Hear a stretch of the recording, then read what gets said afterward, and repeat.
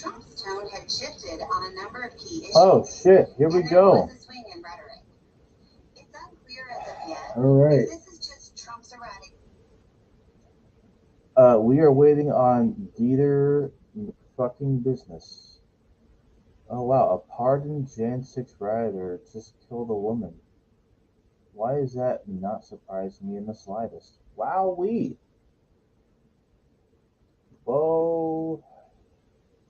Belle of the ranch. Belle of the ranch. All Talk about Carney, Trump, and the unexpected. right. Trump and Carney met in the Oval Office, and it was tense. But it's important stuff. Hey, we're just waiting on Dieter, and we're talking about the Carney Trump meeting. I still haven't seen it. I've been meaning to catch up on it, but whatever. at the same time, Trump's tone had shifted on a number of key issues, and there was a swing in rhetoric. It's unclear as of yet if this is just Trump's erratic nature or he's starting to realize that, to reference another recent White House meeting, he doesn't have the cards, and that Carney is already moving in a way Trump didn't expect. Trump's tone was different. No more governor. He actually tried flattery with Carney. He did mention a possible marriage between the U.S. and Canada, saying, quote, "It would really be a wonderful marriage." But he also said, quote, "I do feel it's much better for Canada, but we're not going to be discussing that unless somebody wants to discuss it." Carney made it clear that he wasn't accepting the engagement ring a number of times. Perhaps the most entertaining was when he tried to relate to Trump when it comes to real estate, saying, quote, "As you know from real estate, there are some places that are never for sale." Trump replied with, "Never say never." Carney repeatedly said never. Also saying, quote, "Having met with the owners of Canada over the course of the campaign in the last several months, it's not for sale, won't be for sale, ever." There wasn't going to be a trade breakthrough here, and that wasn't the point. Let me adjust it all real quick. Oh yeah, I'm way down. How about now? Does that sound good? Wait, no, not that one. There we go. Yeah, I, j- I just changed it. Yep, there we go. Cool. All right. Point of the meeting. But what might be the most interesting point of the meeting really didn't have much to do Hello, with Megan. Canada specifically. Trump Mhm. Yeah,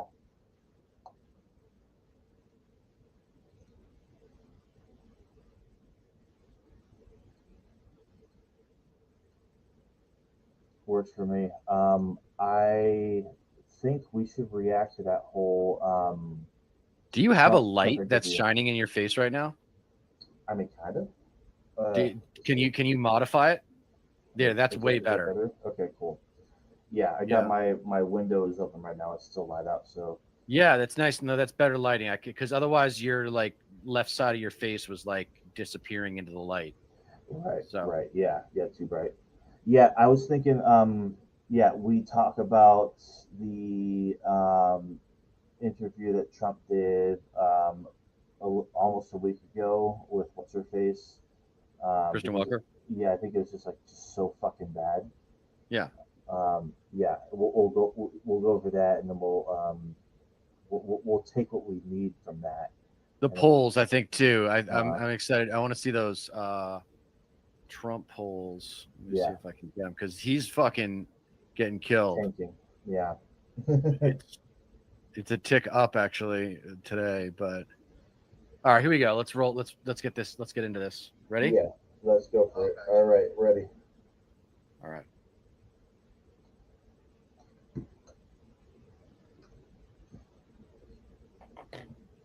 Hello and welcome to Left Coast Live. It is Wednesday, May 7th. I am your host, Dieter McBusiness, the offensive progressive, joined as always by Stat Pat, stateless patriot of the Central Valley. We are California lefties talking to you about national politics, state and local, sometimes make their way in, but in general, we are talking about what's going on in DC and how it affects you. So I think we are in a prime position, Stat Pat, to be offering an opinion on what's going on, because we have turned out to be right about everything, Of you know, course. with Yeah. with this Trump 2.0. I mean, we all said it was going to be like at least Hitler light, if not full on Hitler, and the comparisons I think are appropriate.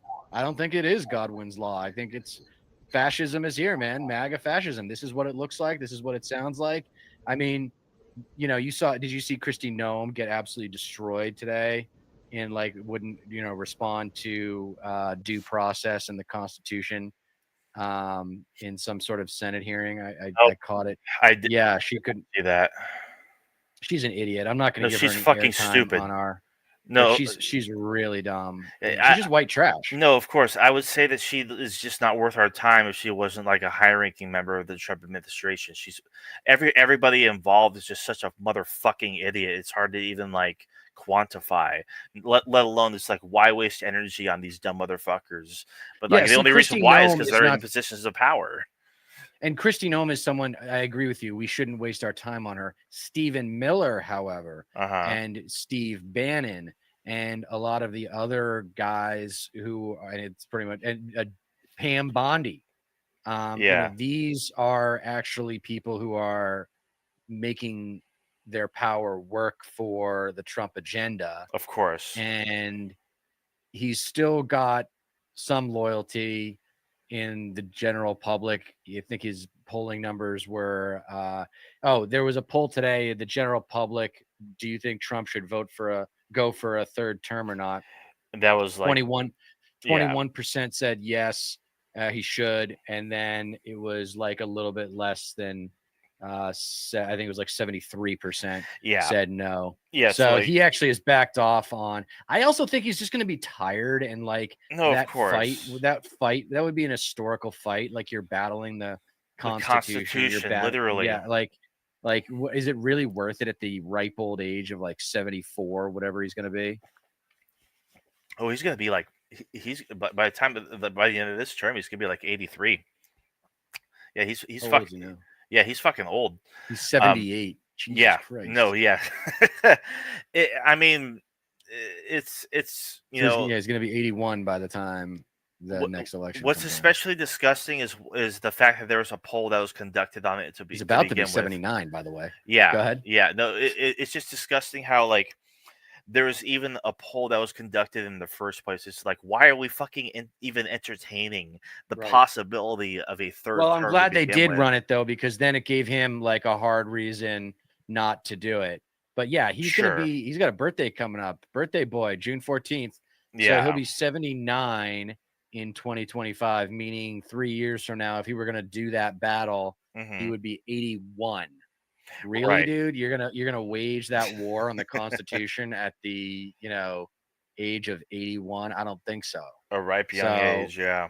Yeah, I think he's done. So it's good to see that lose a little bit of momentum, because I was getting nervous that he was going to try to go for a third term. And it's the flame is not extinguished on that. Yeah, it's not a foregone definitely conclusion. It's a low burner right now. Yeah, I mean, I backed off on Canada.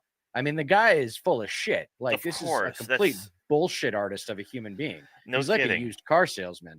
I mean, look at what he sold. People who are younger than us, I mean, I think you are old enough to remember like when he was doing the Celebrity Apprentice, and you got to see kind of how the gaudy decorating in all of his buildings, and how everything was, if you know what actually first class looks like, you see that Trump's properties are not actually first class places. No, they're not impressive. Yeah, I mean, speaking of which, I was actually in Vegas, not this previous weekend, but the weekend before that, and yeah, right there at the fucking end of Vegas, at the end of the Vegas Strip is Trump Tower. And honestly, I mean, I had time to do so. I should have checked it out. I should have gotten like an impression of what it was like, and I couldn't do it, but you should have. No, yeah, just get like I couldn't. I could never bring myself to enter any of his buildings. That's right basically exactly how I felt, because it's just like I would the vandal in me would have came out. Come out. Yeah. But he, I mean, he shouldn't. There's a lot of shit going on right now. There's a lot of shit that he's saying, and there's a lot of stuff up in the air because people aren't sure whether or not to take him seriously, just because of the fact that like so many people's livelihoods rely on like these tariffs and whatnot, and the economic turmoil that he himself is sowing, and the fact that the Q1 numbers came out and the economy shrank the first quarter of this year. And who else to blame but Trump? But of course, what the fuck does he do? He immediately comes out and blames Joe fucking Biden. It's just like, no, I mean, he no said in the humility. interview with Kristen Welker, which we'll get into that.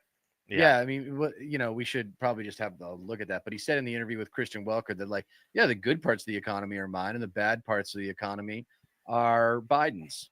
Of course, yeah, no accountability.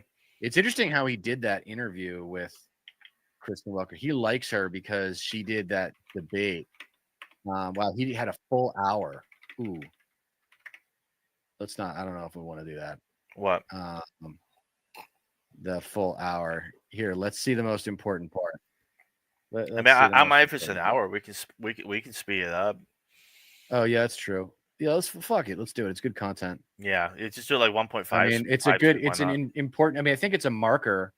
In the presidency of like if he does have dementia, which I'm pretty sure he does. Yeah, I mean, at least a mild case. Yeah, especially considering this is like, a marker. This is his one. This is like marking the end of his first 100 days in office. This is, I mean, the first 100 days of Trump's second term, like everybody was touting it. He himself was touting it, like it's gonna be the most important first 100 days in presidential history, and this and that. It's gonna be so successful. Like we're gonna win so much, but it's been a fucking shit show and a half. So this is President Trump. Yeah. Welcome back to Meet the Press. Thank you very much. Thank you so much for being here to mark your first 100 days in office. It has been an incredibly busy 100 days. You've signed more than 140 executive orders. You've been focused on the border, the economy, foreign policy. What is your biggest goal in the next 100 days? Good. Well, I think we're going to see a lot of results. We've already seen them on the border. We have the best border in the history of our country. It was 99.999, and nobody ever thought that was possible. In fact, Biden, if you remember, said he has to get legislation. And I said, no, you just need a new president. And I guess I was right. We have the best border we've ever had. We're doing great on illegal immigration. We are being hit hard by judges that I think they're trying to take away the power of the presidency. Okay, well, hold on. Let's a massive landslide and a big vote. We won the swing states. We deconstruct this for just a little bit. District vote. There are people that there are people that are still claiming that, like, you know, we need a strong border and shit. It's just like, no, I mean, most people that come here that end up being here illegally come here illegally in the first place. People that get here on visas, people that come through ports of entry or fly in. I also don't care. Yeah. The immigration system is so fucked. It is. We need to add transparency to the immigration system. Give me a video camera and someone with political access, preferably someone like John Ossoff, who's got documentary film experience. Get John Ossoff on his camera. You want to be the next president? Go down to the border and act as if you're an immigrant. Go through exactly what they do and document it.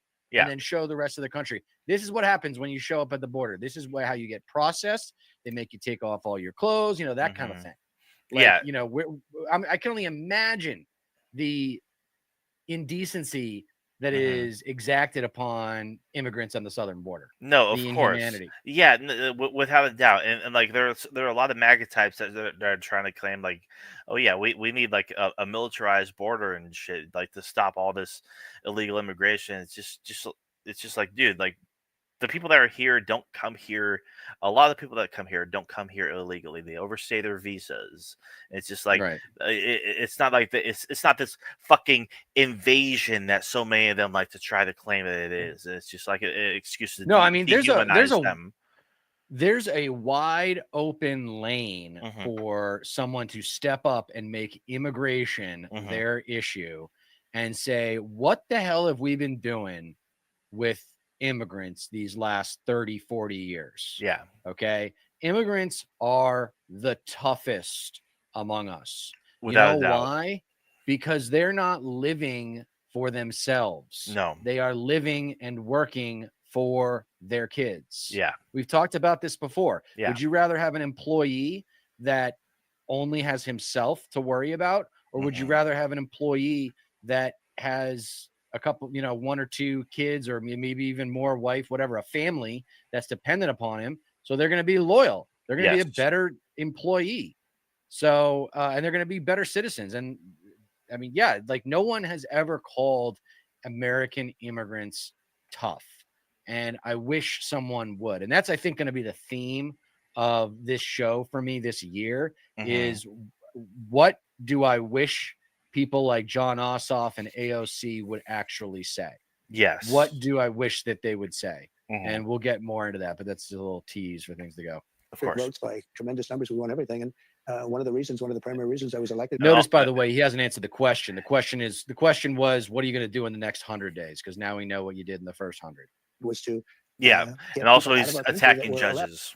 He's going after the judges that are like. I mean, even more. Back it up even more. He just goes right to the southern border. Yeah, like he just thinks that's the secret sauce. All he has to do is drop the border and he wins the argument. No, of course, because that's like his base will fucking eat that up like it's fucking sugar, of course. Because they're xenophobes. We have prisoners, we have murderers, we have terrorists in our country, we have people from mental institutions that are seriously insane. They all came in through Biden. Do you know why he thinks that? Is because of asylum laws. He thinks that an insane asylum and political asylum are like related. He thinks they're the same thing. It's so like the word asylum. He's that basic. Like he's that basic of an intellect. Yes, when you actually dig into his reasoning, if there even is any reasoning at all, it's the fact that like he conflates political asylum with insane asylums. If he's so worked up about asylums being emptied and shit, and they're sending all the crazy people here and shit. It's just like, motherfucker, Ronald Reagan emptied all of them in the 80s. Right. And like we haven't recovered since then. All the insane people, they've just been wandering the fucking streets of America. It's like we're not taking care of these fucking people, these transients, these houseless individuals. So it's you're but like let's just blame the fucking immigrant, I guess. Let's go. Biden's open border policy, and I was elected to get him out and to seal the border, but to get him out. And we'll have judges, they're activist judges. They're saying, well, you don't have the right to take out murderers and people that you don't even want to talk about. These are really some really bad criminal people, and they're here illegally. So, they talk about your next question will be due process, but they talk about due process. Of course, you got to conflate the people here illegally. We're going to talk about all that. We are going to talk about deportation, but I want to start on the economy, sir, which obviously the biggest issue for voters. We got new numbers. Civil offense is not a felony. Expected job numbers. Much better. At the same time, the economy shrank in the first quarter. You've been arguing all week that this is President Biden's economy. Is this now your economy, sir? Yep. I think certain aspects of it are. Costs are. I was able to get down the costs, but even that, it takes a while to get them down, but we got them down good. What costs? We lost $5 to $6 billion a day with Biden. $5 to $6 billion. And I've got that down to a great number right now in a record time. We're talking about 100 days. But just think of what that is. $5 billion a day we're losing on trade. And we were very tough with China, as you know. We put 145% tariff on. Nobody's ever heard of such a thing. And we've essentially cut off trade relationships by putting that much of a tariff on. And that's okay. We've gone cold turkey. That means that's that okay, we're not losing. We lost $1 trillion to China. $1 trillion. That means we're not losing $1 trillion when we go cold turkey because we're not doing business with them right now.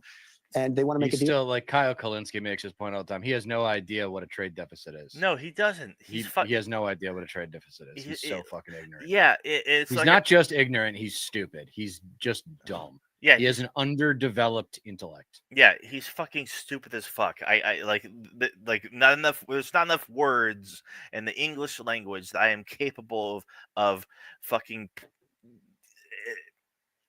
laying out for everybody on how stupid this motherfucker is.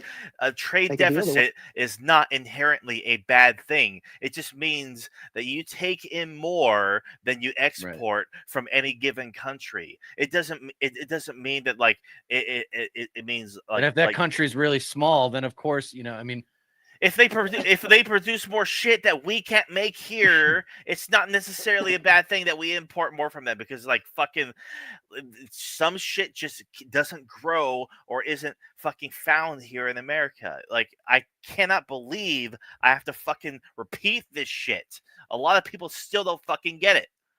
Sorry, that means we're not losing $1 trillion when we go cold turkey, because we're not doing business with them right now. And they want to make a deal. They want to make a deal very badly. We'll see how that all turns out, but it's got to be a fair deal. But think of it. We're losing $1 trillion. And that was a big part of the $5 million. And this is another thing. I want to talk about China, but just staying on this idea of the economy. Some countries, on the eve of your inauguration, especially the countries that export a hell of a lot of shit to us, don't have the GDP to fucking import a bunch of American goods, because, like, for one, not a lot of them really even fucking need American goods to begin with, and secondly, it's like, some other countries aren't as consumerist as we're the most consumerist fucking nation on the fucking face of the earth. So again, a trade deficit is not an inherently negative fucking thing, Donnie boy. Go ahead. Inauguration, the stock market spiked. You called it the Trump effect. Oh, hey, Dad. Hey, my dad joined. Well, it spiked because of anybody else. It spiked because they see what I'm going to do. They know what I'm going to do with the tariffs and everything else. And I think it's actually working out better than we anticipated. Did you see oil prices? Did you see gasoline is now below, in many cases, in many states, below $2 a gallon, $1.98, $1.99, $1.97. Well, my question, sir, is that's not true. That's a blatant lie. Rewind it 20 seconds. Yeah. Working out better than we anticipated. Did you see oil prices? Did you see gasoline is now below, in many cases, in many states, below $2 a gallon, $1.98, $1.99, $1.97? No. Well, my question's that's not true. Not even in the poorest states either. The lowest average gas price is Mississippi, and it's at like $2.67 or something like that. Right. There is when the stock market spiked, you said this is the Trump effect. When the numbers weren't so good earlier this week, you said it's the Biden effect. Are you only taking ownership of the good numbers and not the bad numbers? Well, I think he did a lot of very bad things, and despite some of the bad things, we're overcoming them. But he was bad on the border. He was bad on the economy. We had the worst inflation in the history of our country. Look, Biden gave us the worst inflation in the history of our country. People and he got it down because they were losing. Like the end of his term, it was down to like 2.4%. Sure, because of course. Yeah, I know. It's the same talking points, dude. He's just he's like one of those pull string. He's like one of those pull string action figures, right? No, of course, like nothing could be. He's got like 5 different things that he says. Yeah, nothing could ever be his fault. He has to divert the blame to like whoever and whatever. It's like fucking the first quarter, which he was president for the majority of the time. He has to blame on Biden, like despite the fact that like because he's a child. No, yeah, he's a child. It's like a. What does a man do when he fucks up? He admits he's made a mistake and he learns from it so he doesn't make the same mistake. This asshole makes mistakes left and right. He's gone bankrupt 6 times, but it's always somebody else's fault. The only reason he became president was because of The Apprentice. It wasn't because of his real estate fortune. It was because he was in people's living rooms for over 10 years. Yeah. And like was kind of viewed as like this A-list celebrity that every other celebrity had to like kiss the ring of if they wanted to come across as a winner. Yeah. Donald is entitled to tell America who among celebrities is a winner and who isn't. Yeah. He just wanted to sell his brand. That's basically it. Like his brand is what got him to where he was. Yeah, Maggie says 243 in Kentucky. Fact check on that. 257 Mississippi. Either way, it's not under $2. 257 in Mississippi, so it was off by 10 cents. But yeah, Kentucky, good for Kentucky. Those are some powerhouse economies. Kentucky and Mississippi really bringing it. Yeah, you know what? They're so net negative. Those states are just dead weight. They don't fucking contribute like California and New York. Even Florida. Now, if you said Florida, that that's something because so many people live there. But it's still just a vacation. No, place. sure. Yeah. And I mean, even so, like tourism has dropped like significantly around the entire country. Tourism's a huge part of the economy, especially in Florida. Part of the economy. Huge. Yeah. And now fucking Ron DeSantis, that whole state is now like, oh shit, our immigration. The labor that we get from immigration has fallen off a cliff. So now they're fucking changing the labor laws to see if they can get more children to work the jobs that are being left over from fucking immigrants. All right, go ahead, continue. Of course. Now take a look at what happened Oil is down, gasoline is down, groceries are down, eggs. You were the one that asked me. You asked me about eggs. It was the first week. I didn't even know anything about what were you talking about. Egg prices were so high you couldn't buy eggs. They didn't have any eggs. They said Easter is going to be a disaster. Well, we had Easter at the White House, and we had thousands of eggs, and they were down 87%. Yeah, a lot of that, of course, spike was because of bird flu. But when does it become the Trump economy? Why do you say that? Well, tell me, we had the same bird flu as he had. When does it become the Trump economy? It partially is like right no now, shit, really dude. Okay, so stop blaming it on Biden. You know, like fucking, like okay. It's a frustrating thing because like the egg prices, sure, you don't have to blame them on Trump, but it's like you can't blame them on Biden. Like bird flu is completely separate from whoever the fuck is in power. You know, god damn it, dude. Sorry, Trump. It partially is right now, and I really mean this. I think the good parts are the Trump economy, and the bad parts are the Biden economy, because he's done a terrible job. He did a terrible job on everything, from his auto pen, which I'm sure he knew nothing about some of the things he was supposedly signing, to immigration. You look at what happened with immigration, how bad it was. Think of it. We have murderers, 11,888 murderers. Many of them murdered more than one person. Think of that. And they're in our country. Now, we've gotten a lot of them out, and we know who many of them are, and we're on the hunt. But why would anybody do that? Why would anybody, who could do such a thing? Would it allow hundreds of thousands and even millions of people into our country who are criminals and murderers at the highest level? But sir, you acknowledge when you announced your tariffs, for example, the stock market dropped. It's been volatile. It has since gone up. Do you take responsibility for that? Yeah. Do you take responsibility when it drops? Ultimately, I take responsibility for everything, but I've only just been here for a little more than 3 months. But the stock market, look at what's happened in the last short period of time. It didn't have 9 or 10 days in a row or 11 days where it's gone up. The stock market overall is still down like almost 10%, dude. Like again, it's the stock market. Yes. Again, it's the stock market. Other than people's 401ks, which aren't a good idea anyway. Not entirely. People, most like 90% of Americans, you know, over half of America doesn't own stock. Yeah. And the top 10% of households in America that do own stock own like 90% of publicly traded stock. Yeah. Okay. Yeah. So the stock market does not indicate how things are going in the country in a macroeconomic way. And you would think with like the more wealthy people are and the more stake they have in the stock market, that they would have more influence on the Trump administration, but that just doesn't seem to be the case. You know, right. He's just fucking doing what he thinks is right, and you know, fuck what everybody else thinks. And we're doing really well. Psychologically, I mean, the fake news was giving me such press. Psychologically, the tariffs are going to make us rich. We're going to be a very rich country. So let's talk about the tariffs. And I want to ask you about something you said this week. Got a lot of attention. You were at your cabinet meeting. You said, quote, I'm going to quote what you said, maybe the children will have $2 instead of $30. Yeah, and maybe the $2 will cost a couple of bucks more than they would normally. Are you saying that your tariffs will cause some prices to go up? No, I think the tariffs are going to be great for us because it's going to make us rich. But you said some dollars are going to cost more. Isn't that an acknowledgement that some prices will go up? It's going to make us so rich. It's going to make us so rich. Like, I can't fucking stand this shit. I like this still to this fucking day, since Liberation Day, has not made sense to me whatsoever. Okay, so tariffs, right? If you want to bring manufacturing back, if you want to incentivize companies that are not beholden to America to come back to the United States, why would you implement tariffs, especially 145% tariffs on China, which has like a near monopoly on so many goods, on so many materials? Why would you do that before building the infrastructure here first for those countries, for those companies to set up shop here in America? Because not only do these companies not have any loyalty to the United States for any reason, because these are multinational companies. Multinational. They're not beholden to any given one specific country. So if the infrastructure is not here, if the incentives are not in place for these companies to invest here in America, why would you put fucking tariffs on all, like every single country, especially China, who fucking a lot of these companies rely on importing goods for? Like, so, like, say for instance, these big tech companies, if you want them to to start building and investing here in America, why would you say if they okay, we're going to invest billions in America, you're still putting tariffs on the countries that they need to import goods and materials for in the first place. So you're just jacking up operating costs. Yeah. So it's like what this is the biggest single tax hike on America, on consumers, and on businesses, especially small businesses in American history, without having to use Congress to put this tax increase in place. It doesn't make any fucking sense whatsoever. It's like, why pay for the tariffs when you can just set up shop fucking elsewhere?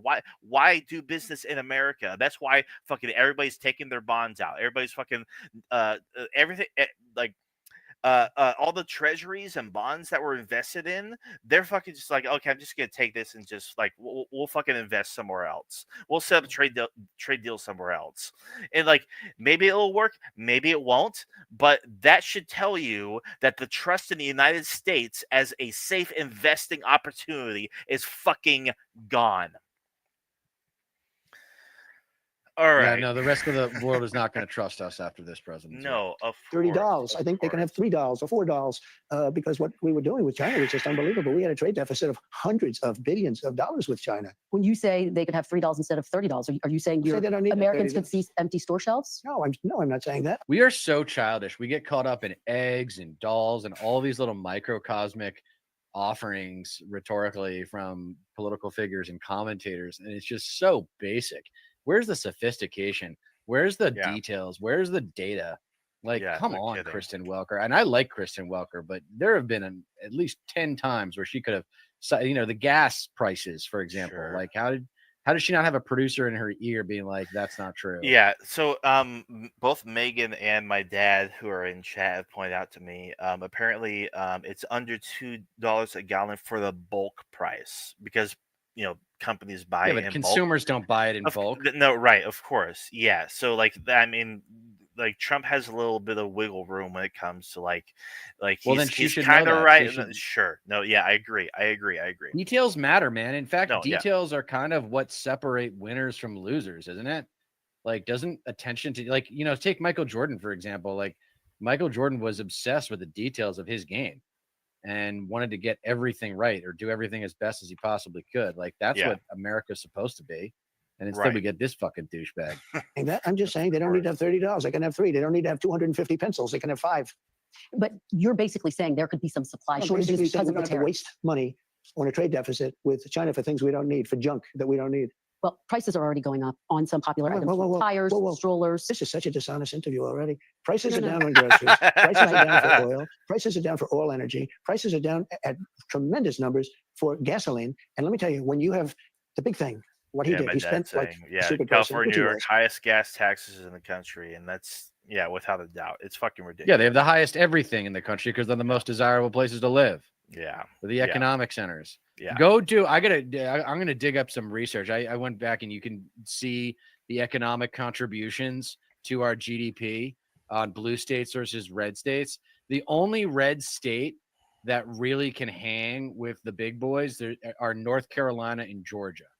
Those are the only economically significant red states. All the other red states are not crucial to the functioning of our economy. No, yeah, they usually have a deficit, whereas bluer states have more of a surplus, or at least less of a deficit.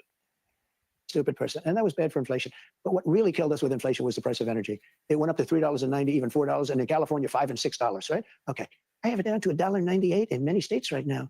When you go that much lower on energy, which is ahead of my prediction, because I really thought I could get it down into the 250s. We have it down at $1.98 in numerous places. But when you say costs are going up, even mortgage rates are going down. Well, let me give you some examples. These are actual examples.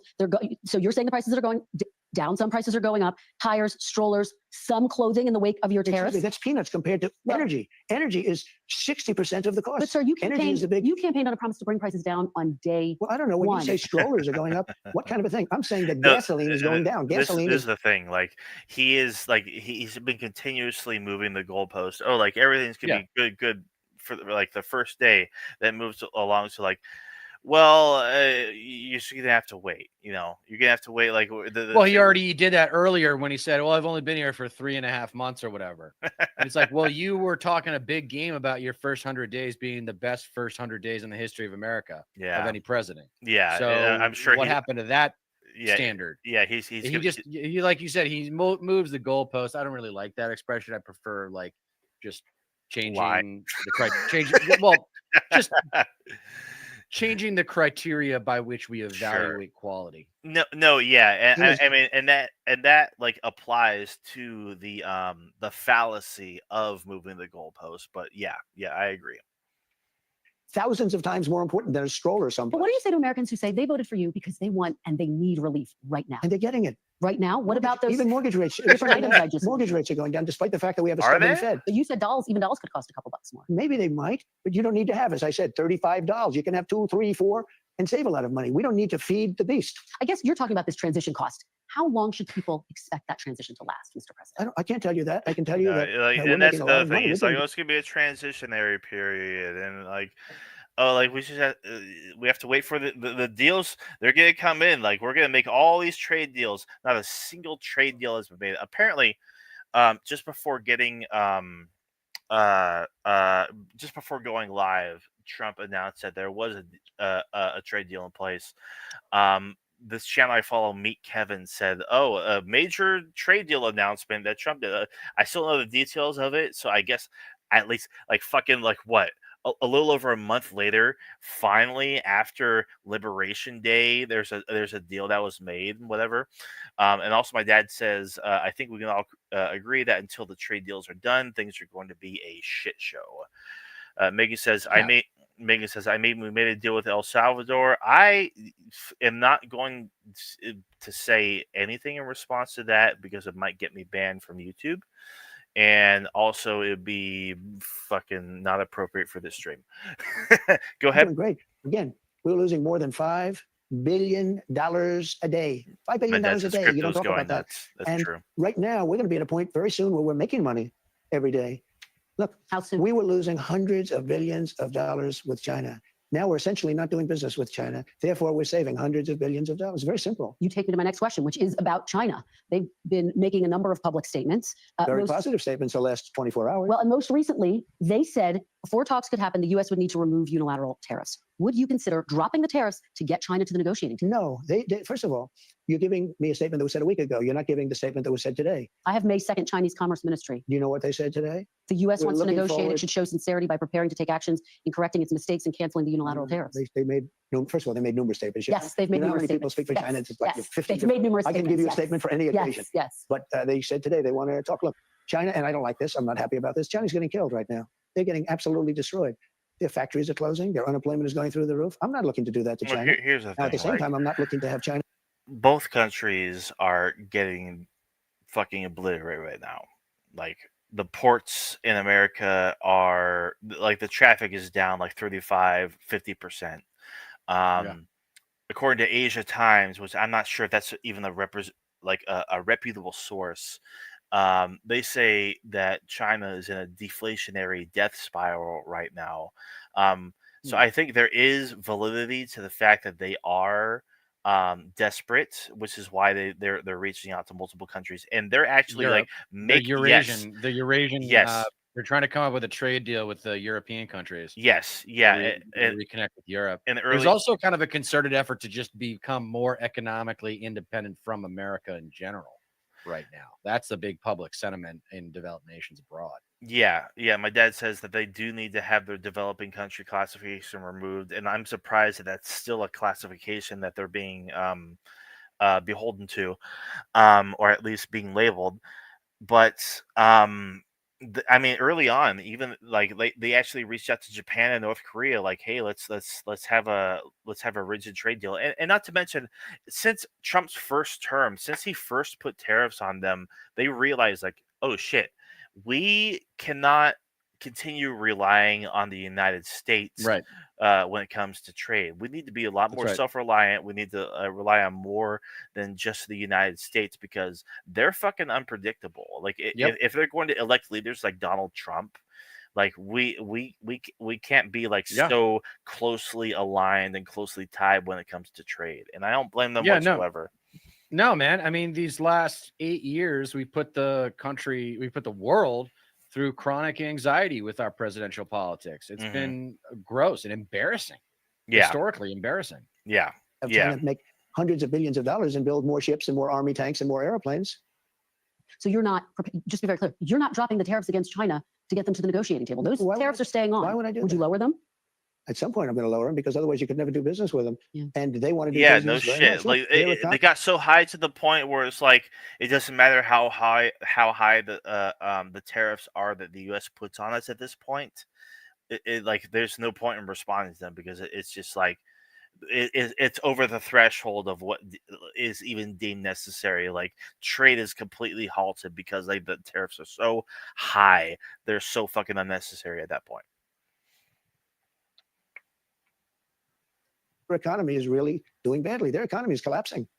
So small businesses say they are being hurt by the Chinese tariffs, and some could be forced to shut down. And many businesses are being helped. Are you considering tariff relief for small businesses? Why do you always mention that, you pick up a couple of little businesses? What about the car business? They're going to make a fortune because of the tariffs. Do you know that the union, the head of the union, who was no fan of mine, Sean Fain, I guess his name is, right? He didn't endorse me. The Teamsters did. A lot of people did. A lot of unions did.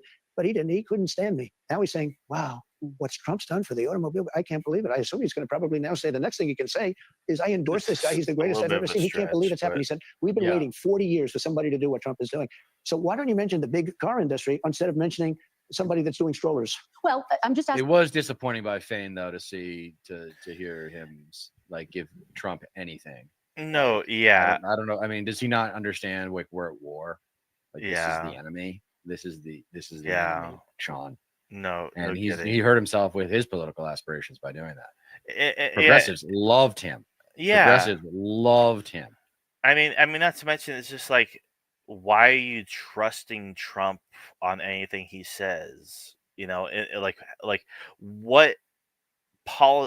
about his policies currently as it stands is good for the automotive industry? It's like we're not having companies that are like flocking here to like build in America because it's just like fucking cost more for them, Right. And we've already signaled that we're being hostile towards Canada and Mexico. So it's like, if those countries are continuing to be friendly towards labor and imports and exports, why wouldn't they just stay there? Why even fuck with the United States? Right. Why bother? Yeah. I'm just asking about small businesses. Are there any discussions about giving any relief to small businesses? They're not going to need it. Okay. They're going to make so much money. Are these tariffs? If you build your product here. Remember, there are no tariffs if you build your product here. It's very easy. It's very simple. Are these tariffs permanent, Mr. President? And that's the thing, too. It's like I was fucking saying earlier. It's like you still need to import parts from other parts of the world. Yes. If you have tariffs on those fucking imports, then it makes little fucking difference. Well, I saw a advertisement from Hyundai earlier today that was showcasing their factories in like Alabama and Georgia and stuff.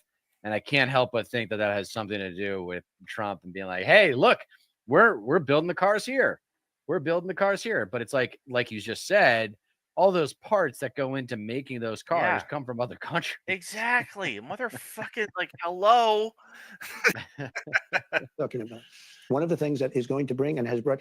So I think we probably have close to $9 trillion of investments coming into this country.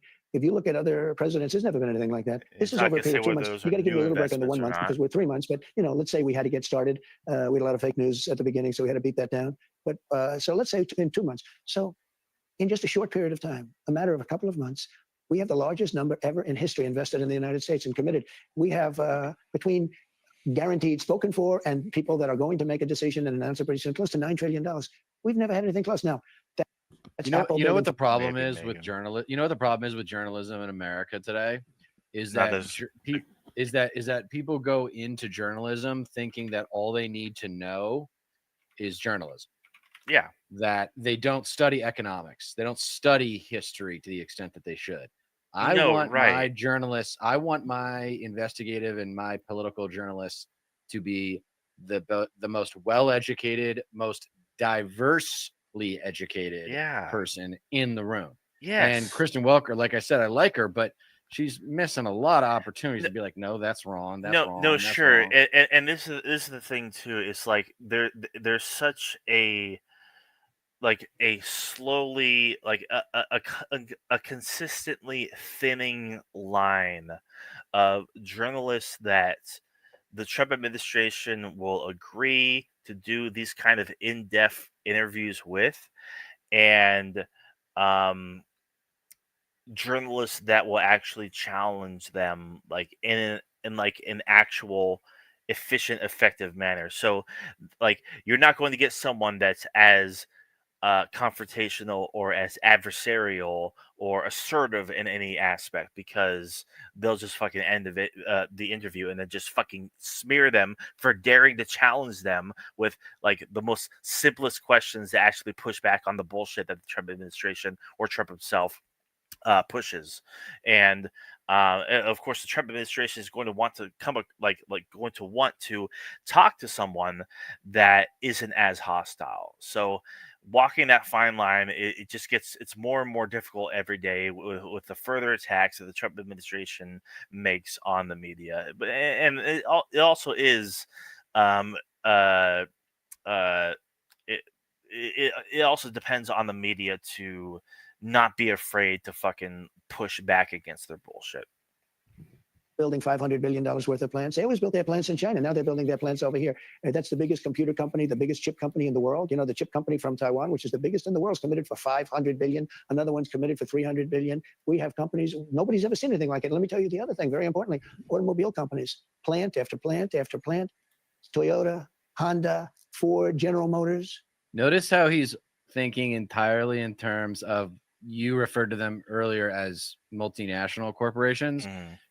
The corporate word that, at least when I was in corporate America, that was used instead of multinational corporations, because there's like an ominous sound to that, like, oh, multinational corporations. So like the corporations that run the world. And it's like, yeah, but the other way to describe them is transnational corporations. Yeah. And that's all he thinks of in terms of the global economy. He doesn't think of the global economy in terms of actual independent countries with companies inside them. He thinks about transnational companies who cross borders and who influence governments.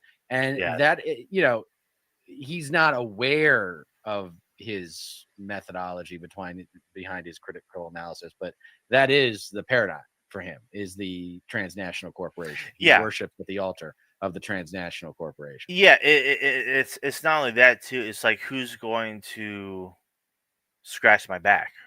Who's going to be beholden to me? Who's going to serve me? Who's going to make deals? He's also talking about the companies because they're the ones who are actually going to benefit from his policies, whereas the citizens are not. No, notice that's really the thing, is he's not talking about the welfare of the citizens. Of course he's not. only talking about the companies. Oh, we got this company investing this and this company investing that. Yeah, just the wealthy. Is that gonna actually lead to more jobs, more higher paying jobs? No, it's not. Yeah. And unemployment's going up. Yeah. Stellantis. I mean, nobody's ever seen anything like it. And I don't like this, but it happens to be. They're stopping work in Mexico and they're stopping work in Canada, and they're all moving here. This is important, though. You're not taking the possibility that these tariffs could be permanent off the table. Some of them. Oh, I wouldn't do that, because if somebody thought they were going to come off the table, why would they build in the United States? You understand that, right? Yeah. No, I mean, that's why I'm asking, because there's a lot of, I think, uncertainty for CEOs, for business owners. They want to know, are these tariffs permanent? I think there's only uncertainty in the fake news.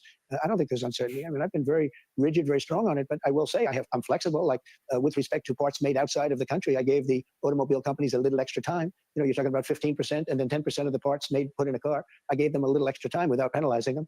And I did that only to help, companies. We're looking to help companies. We want them to thrive and to hire a lot of people. And that's what's happening. Let me ask you about some of what Wall Street has said. Some people on Wall Street have expressed concerns that the possibility of a recession is increasing. And I want to know what you think about that. Are you comfortable with the country potentially dipping into a recession for a period of time if you are able to achieve your long-term goals? Well, you say some people on Wall Street say, well, I can tell you something else. Some people on Wall Street say that we're going to have the greatest economy in history.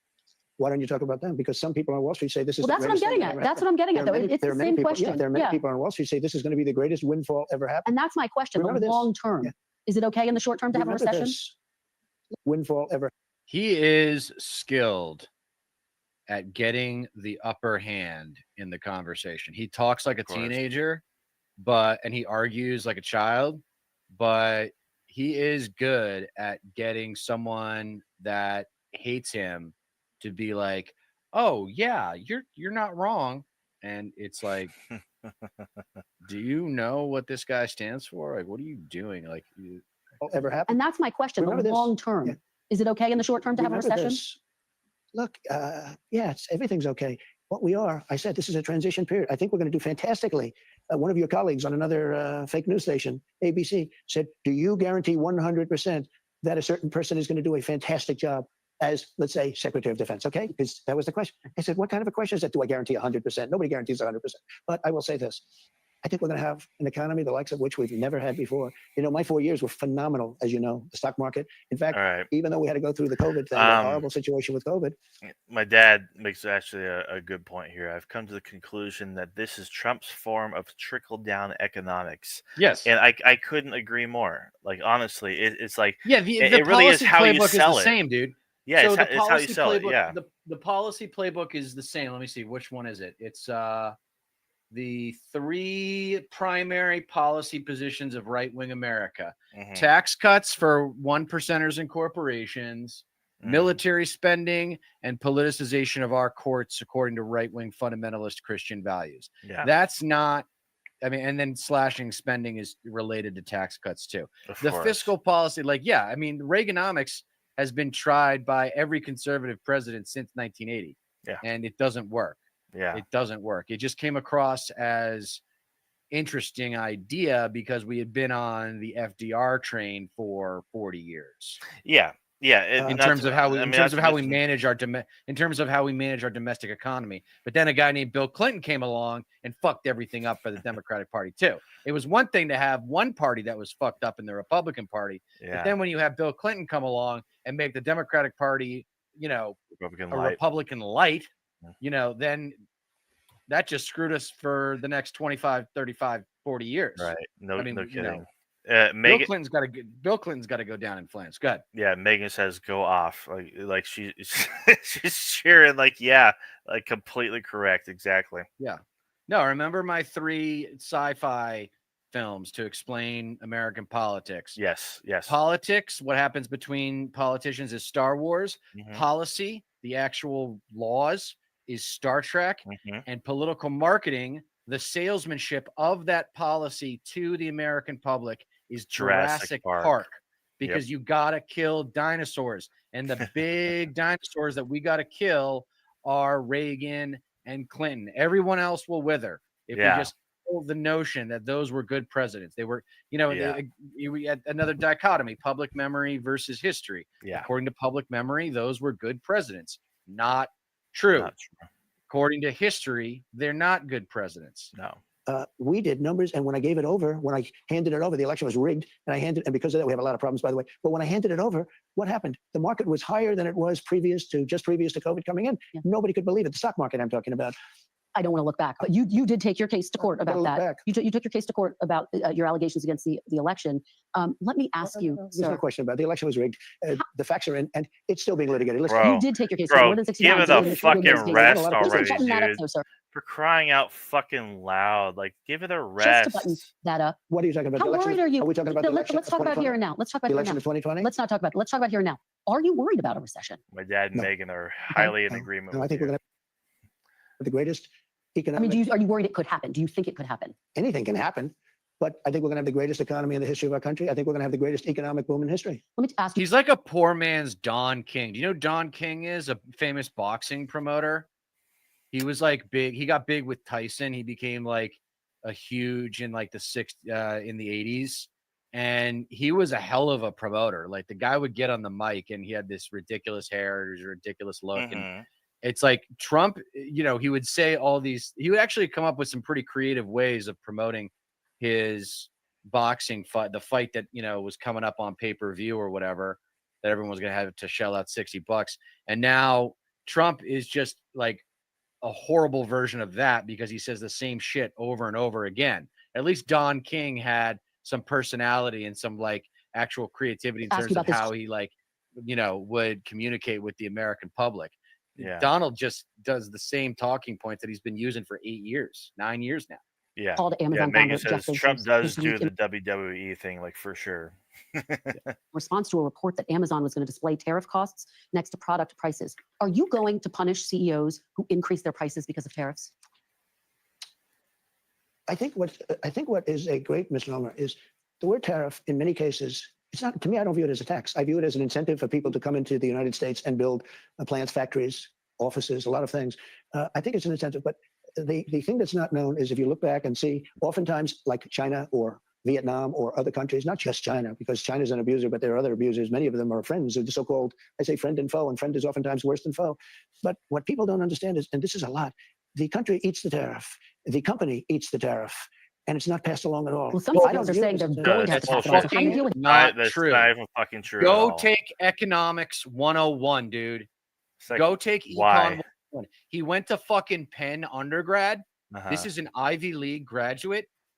You got to figure, here's the choice, right? When you're looking at Trump and he says shit like that. Uh-huh. Is he real? Does he know better and he's evil? Or is he really just that stupid and ignorant? Yeah. And he's still evil. No, and you know what's fucking crazy about that too is like for the past 8, 9, 10 years, that debate is still going on. Is he just incredibly stupid, or is he just fucking that like evil and doesn't give a fuck? Maybe it's all the above. I think he's remember there are 9 different forms of intelligence. Go back and check out my essay. I think it was my 3rd or 4th essay where I talk about Howard Gardner's 9 different kinds of intelligences. And I think Trump actually does have a pretty high interpersonal IQ, but that's all he has. Like, I don't think he had that, and plus his daddy's money added up to him becoming a famous corporate figure in the 80s and 90s. And then that led to The Apprentice. And then the rest is history. Yeah, you deal with those I CEOs? do. Just before we continue, I do kind of prescribe or ascribe whatever the I'll tell you when you're done talking. I'll tell you which one you should have said. The chaos theory, and it definitely like how Trump. It's attributed to Trump and everything that he does, and my dad agrees as well. He's the one that brought it up here. Chaos is the point, basically. Yes. And I do think over anything, over everything, it does apply to him the most. And he doesn't actually care one way or another how anything lands, how like what the results are. No, as long as his opponents are on their back heels. It's a competitive disposition. He's trying to make sure that whoever opposes him is on their back heels the whole time. They're not on offense against him because he's got the power. No, and that's the biggest difference. This is the biggest difference between Republicans and Democrats is Republicans, when they have the power, they fucking use it. And they make no apologies for the ridiculous policies that they pass when they have power. Yeah. Democrats, when they have power, all they do is make excuses for why they can't get something done. Yep. That's the biggest difference between the cultures of the party. And between the two of those, take away the policies, which one of those two institutions has a culture of winning and which of those two institutions has a culture of losing?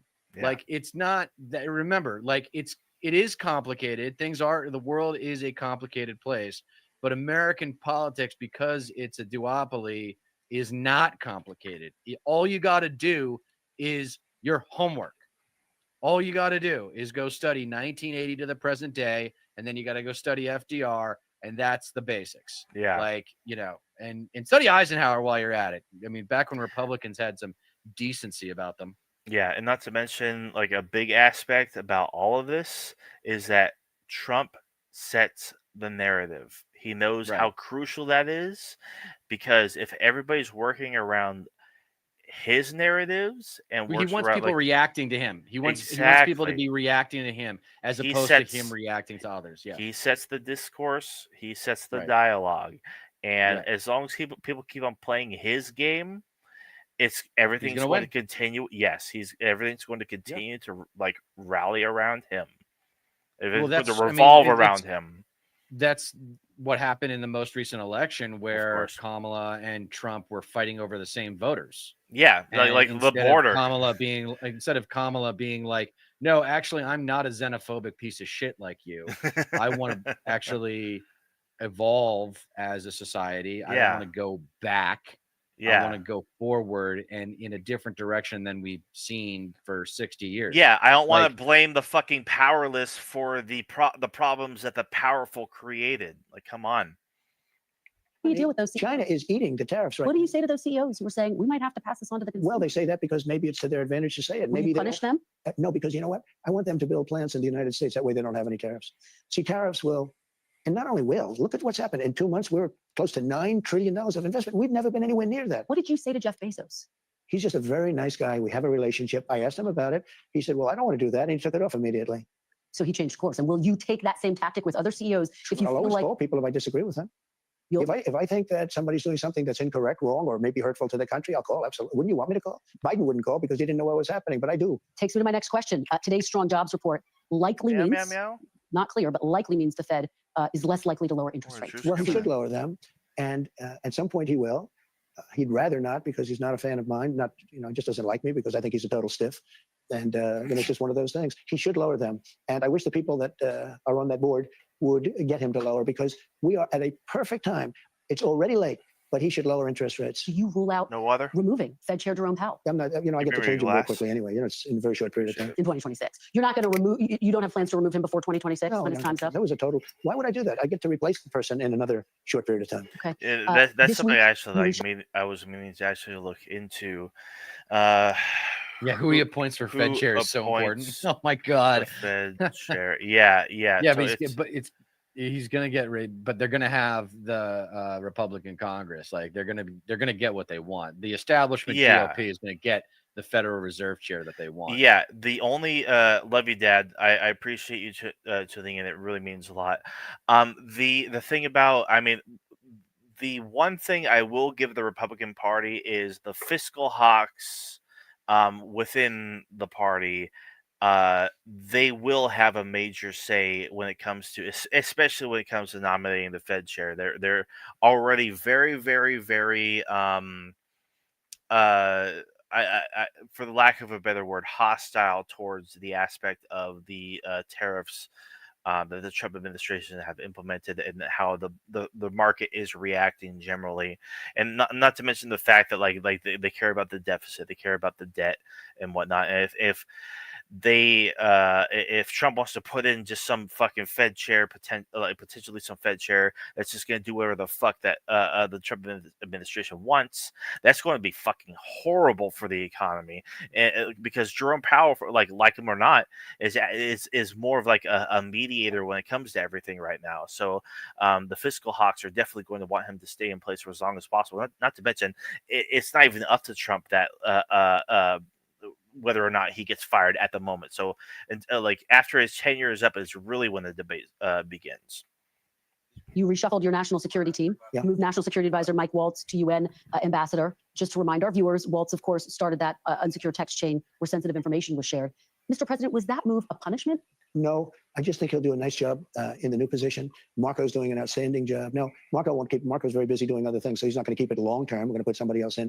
But I think Mike was, as you know, he's a fine guy, and I think he'll do a very good job. Knows the countries, knows leadership, and I think he'll do a very good job at the United Nations. And in the meantime, Marco's really doing something special, and it's going to work out very well. We're hearing some potential names. Stephen Miller's name, one of your longtime most loyal aides, his name has been talked about as a potential national security advisor. Is he someone you're looking Well, for? I'd love to have Stephen there, but that would be a downgrade. Stephen is much higher in the totem pole than that, in my opinion. Can you tell us who the That's front runner is? very I have a lot of unfortunate people that to want it. hear. I would say I have everybody calling. Everybody wants to be a part of this administration.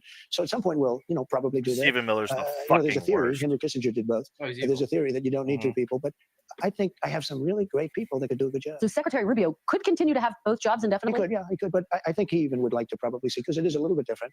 But in the meantime, he'll handle it. And I think Mike, if that goes forward, he still has to get approved. But I think Mike will do a very good job at the United Nations. Defense Secretary Pete Hegseth, obviously also on that unsecure text chain, he was sharing sensitive information. Are you looking for a new Secretary of Defense? No, not even a little bit. No. Pete's going to be great. His job is safe right now. We're doing a fantastic job against the Houthis, who like blowing ships up and watching them sink in the ocean. The Houthis, of which we're backing down against currently, by the way. We'll get a bit more into that later. Okay, let's talk about the border. Okay. Let's talk about deportations. Yeah, we haven't border talked enough about crossings the border. are at their lowest level ever recorded. Is the border good? Is the border now secure? Yeah, it's really secure. It's Isn't absolutely that good? secure. When you say that, doesn't it just sound good? After being abused for years by an incompetent president that allowed people to pour through an open border, criminals from all over the world, murderers and insane people from mental institutions and insane asylums. Isn't it a beautiful thing when you say it's the most secure it's ever been in the history of our country? Isn't that a nice statement? Well, I'm curious to know what it means. You declared a national emergency on the southern border. The order is still in place, By the way, even though you're saying exactly the what border you is secure. said. It means we have the most secure border we've ever had. Well, and I guess the question becomes, when will you know that the emergency is over? Are you planning to lift it at some point? Is it necessary? Because obviously the military is involved. Will you lift that emergency? Well, the biggest emergency is the courts aren't allowing us to take really. We're going to talk about that, but talk to me first about this. The emergency. Talk to me first about this. The border emergency. now is not the emergency. The border is it's all part of the same thing, though. The big emergency right now is that we have thousands of people that we want to take out, and we have some judges that want everybody to go to. Some of them you appointed, sir, including 3 on the Supreme Court. They change. I mean, it's unbelievable. It's unbelievable how that happens, but they do change. Just to button this up, though, are you planning to lift that emergency order anytime soon? No, now that the border's secure? We have an emergency. We have a massive emergency. Overall, it's an overall emergency on immigration, and when's the emergency over, Donald? If we had to have a court case, think of it, every single person, we have millions of people. We have millions of court cases. Figure 2 weeks a court case, it would be 300 years. So let's talk about this, because obviously you had a back and forth with the Supreme Court. In a 9-0 decision, the Supreme Court directed your administration to facilitate the return. You've talked about this in the past, of Gilmar Abrego Garcia from a prison in El Salvador, whose deportation your administration called an administrative error. You said in a recent interview you could bring him back, but you won't. Are you defying the Supreme Court? No, I'm relying on the Attorney General of the United States, Pam Bondi, who's very capable, doing a great job, because I'm not involved in the legality or the illegality. I have lawyers to do that. And that's why I have a great DOJ. We have a great one. We had a very corrupt one before. Now we have a great one. Pam Bondi. They're not viewing the decision the way you said it. They don't view it that way at all. They think it's a totally different decision. Well, you say you have the power to bring him back, though. Your Attorney General says, quote, that's up to El Salvador. Fox Just News to is put a full fine of point on dumb this, fucks. do you have the power to bring Abrego Garcia back as the Supreme Court? Well, I have the power to ask for him to come back if I'm instructed by the Attorney General that it's legal to do so. But the decision as to whether or not he should come back will be the head of El Salvador. He's a very capable man. Well, and your Attorney General has said the issues with that word facilitate. Will you seek clarification from the Supreme Court? Do you need to go back to the Supreme Court? We may do that. I was asking about that. We may do that. There are some people that say, bring him back, put him in trial, and you get him out right away because you see what happened just this morning. Tapes came out. I don't even think it was this interview, but there was one that he did a little bit more recently where he tried to claim that, like, oh yeah, like Gilmar Abrego Garcia, he was MS-13. It was tattooed on his knuckles. It's like, no, that was photoshopped. It's like, well, no. It's like the MS-17. You see it on his knuckles. It's just like, no, you fucking idiot, you fucking dumb motherfucker. You don't get much worse than that. You don't get. I mean, he seems certainly like a very dangerous, very bad person. But even the wife, who was so afraid, she was afraid to talk, and all of a sudden tapes got released this morning that were devastating to him. And this is the point, sir, about due process. The Constitution says every person. Yeah, they're still trying to claim that guy was. This is a big push to have him come back, present all of that evidence in court, let a judge decide. Well, I'll leave that to the lawyers, and I'll leave that to the Attorney General of the United States. But how's that going to fucking happen if he's not here in the United States to fucking have a trial to begin with? Talk to the fucking leader of your client state down there in El Salvador to get the fucker back. And Ukraine. We're going to talk about that. I'm dealing with Iran. I'm dealing with Rwanda and the Congo, who are fighting, and we're trying to get that one straightened out. And I think we have done that. Did a great job. Nobody even talks about it, but I think we're close to doing that. They're looking like they're going to maybe make a peace deal, which would be good. But I'm dealing with a lot of different things. I don't know much about this gentleman other than I hear he's an absolute not good person. And I have very capable legal people, John Sauer, as you know, and all top people. And I have to rely on that to interpret whatever's said by the Supreme Court. Now, with that being said, I have tremendous respect for the Supreme Court. Look, 3 of the people are people I appointed, right? And I have great respect for the Supreme Court. And I would expect that the Attorney General will facilitate his Your fucking Secretary return. of State says everyone who's here, citizens and non-citizens, deserve due process. Do you agree, Mr. President? I don't know. I'm not. Your Secretary of State says everyone who's here, citizens and non-citizens, deserve due process. Do you agree, Mr. President? I don't know. I'm not a lawyer. I don't know. Well, the Fifth Amendment. I don't know. It seems. That's all you need to know right there. That's all you need to fucking know. If he doesn't know, we probably should have just cut to that part and made that the whole show, because that's it right there. Yeah. He has no concept of our structure of government, no, of our culture of politics, of the difference between politics and public service. Yeah. He does not understand. If you asked him to define public service, he would give you some bullshit answer that would amount to nothing. Gobbledygook. Yeah, no, he doesn't have a fucking clue. He doesn't care if you're either. talking He about doesn't a lawyer, fucking care to know. I don't know. Well, the Fifth Amendment. I don't know. It seems it might say that, but if you're talking about that, It then might we have to have say a that. million or 2 million or Not 3 like I million fucking trials. read it We or have thousands of anything. people that are. It might say that, but if you're talking about that, then we'd have to have a million or 2 million or 3 million trials. We have thousands of people that are some murderers and some drug dealers and some of the worst people on earth. Some of the worst, most dangerous people on earth. And I was elected to get them the hell out of here, and the court are holding me from doing it. That just sent me. That just gave me fucking whiplash. Maybe it says it, maybe it doesn't. I mean, we might have to have like 2 or 3 million different cases just to figure it all out. It's just like, motherfucker, maybe it actually says that persons, not citizens, are guaranteed due process in America. There's a reason why that specific language is there, because, and it's actually reiterated a few different fucking times in the Constitution, in the amendments, because fucking, just in case you weren't fucking aware, Donnie boy, if persons in America don't have the guarantee of due process, then neither do the fucking citizens.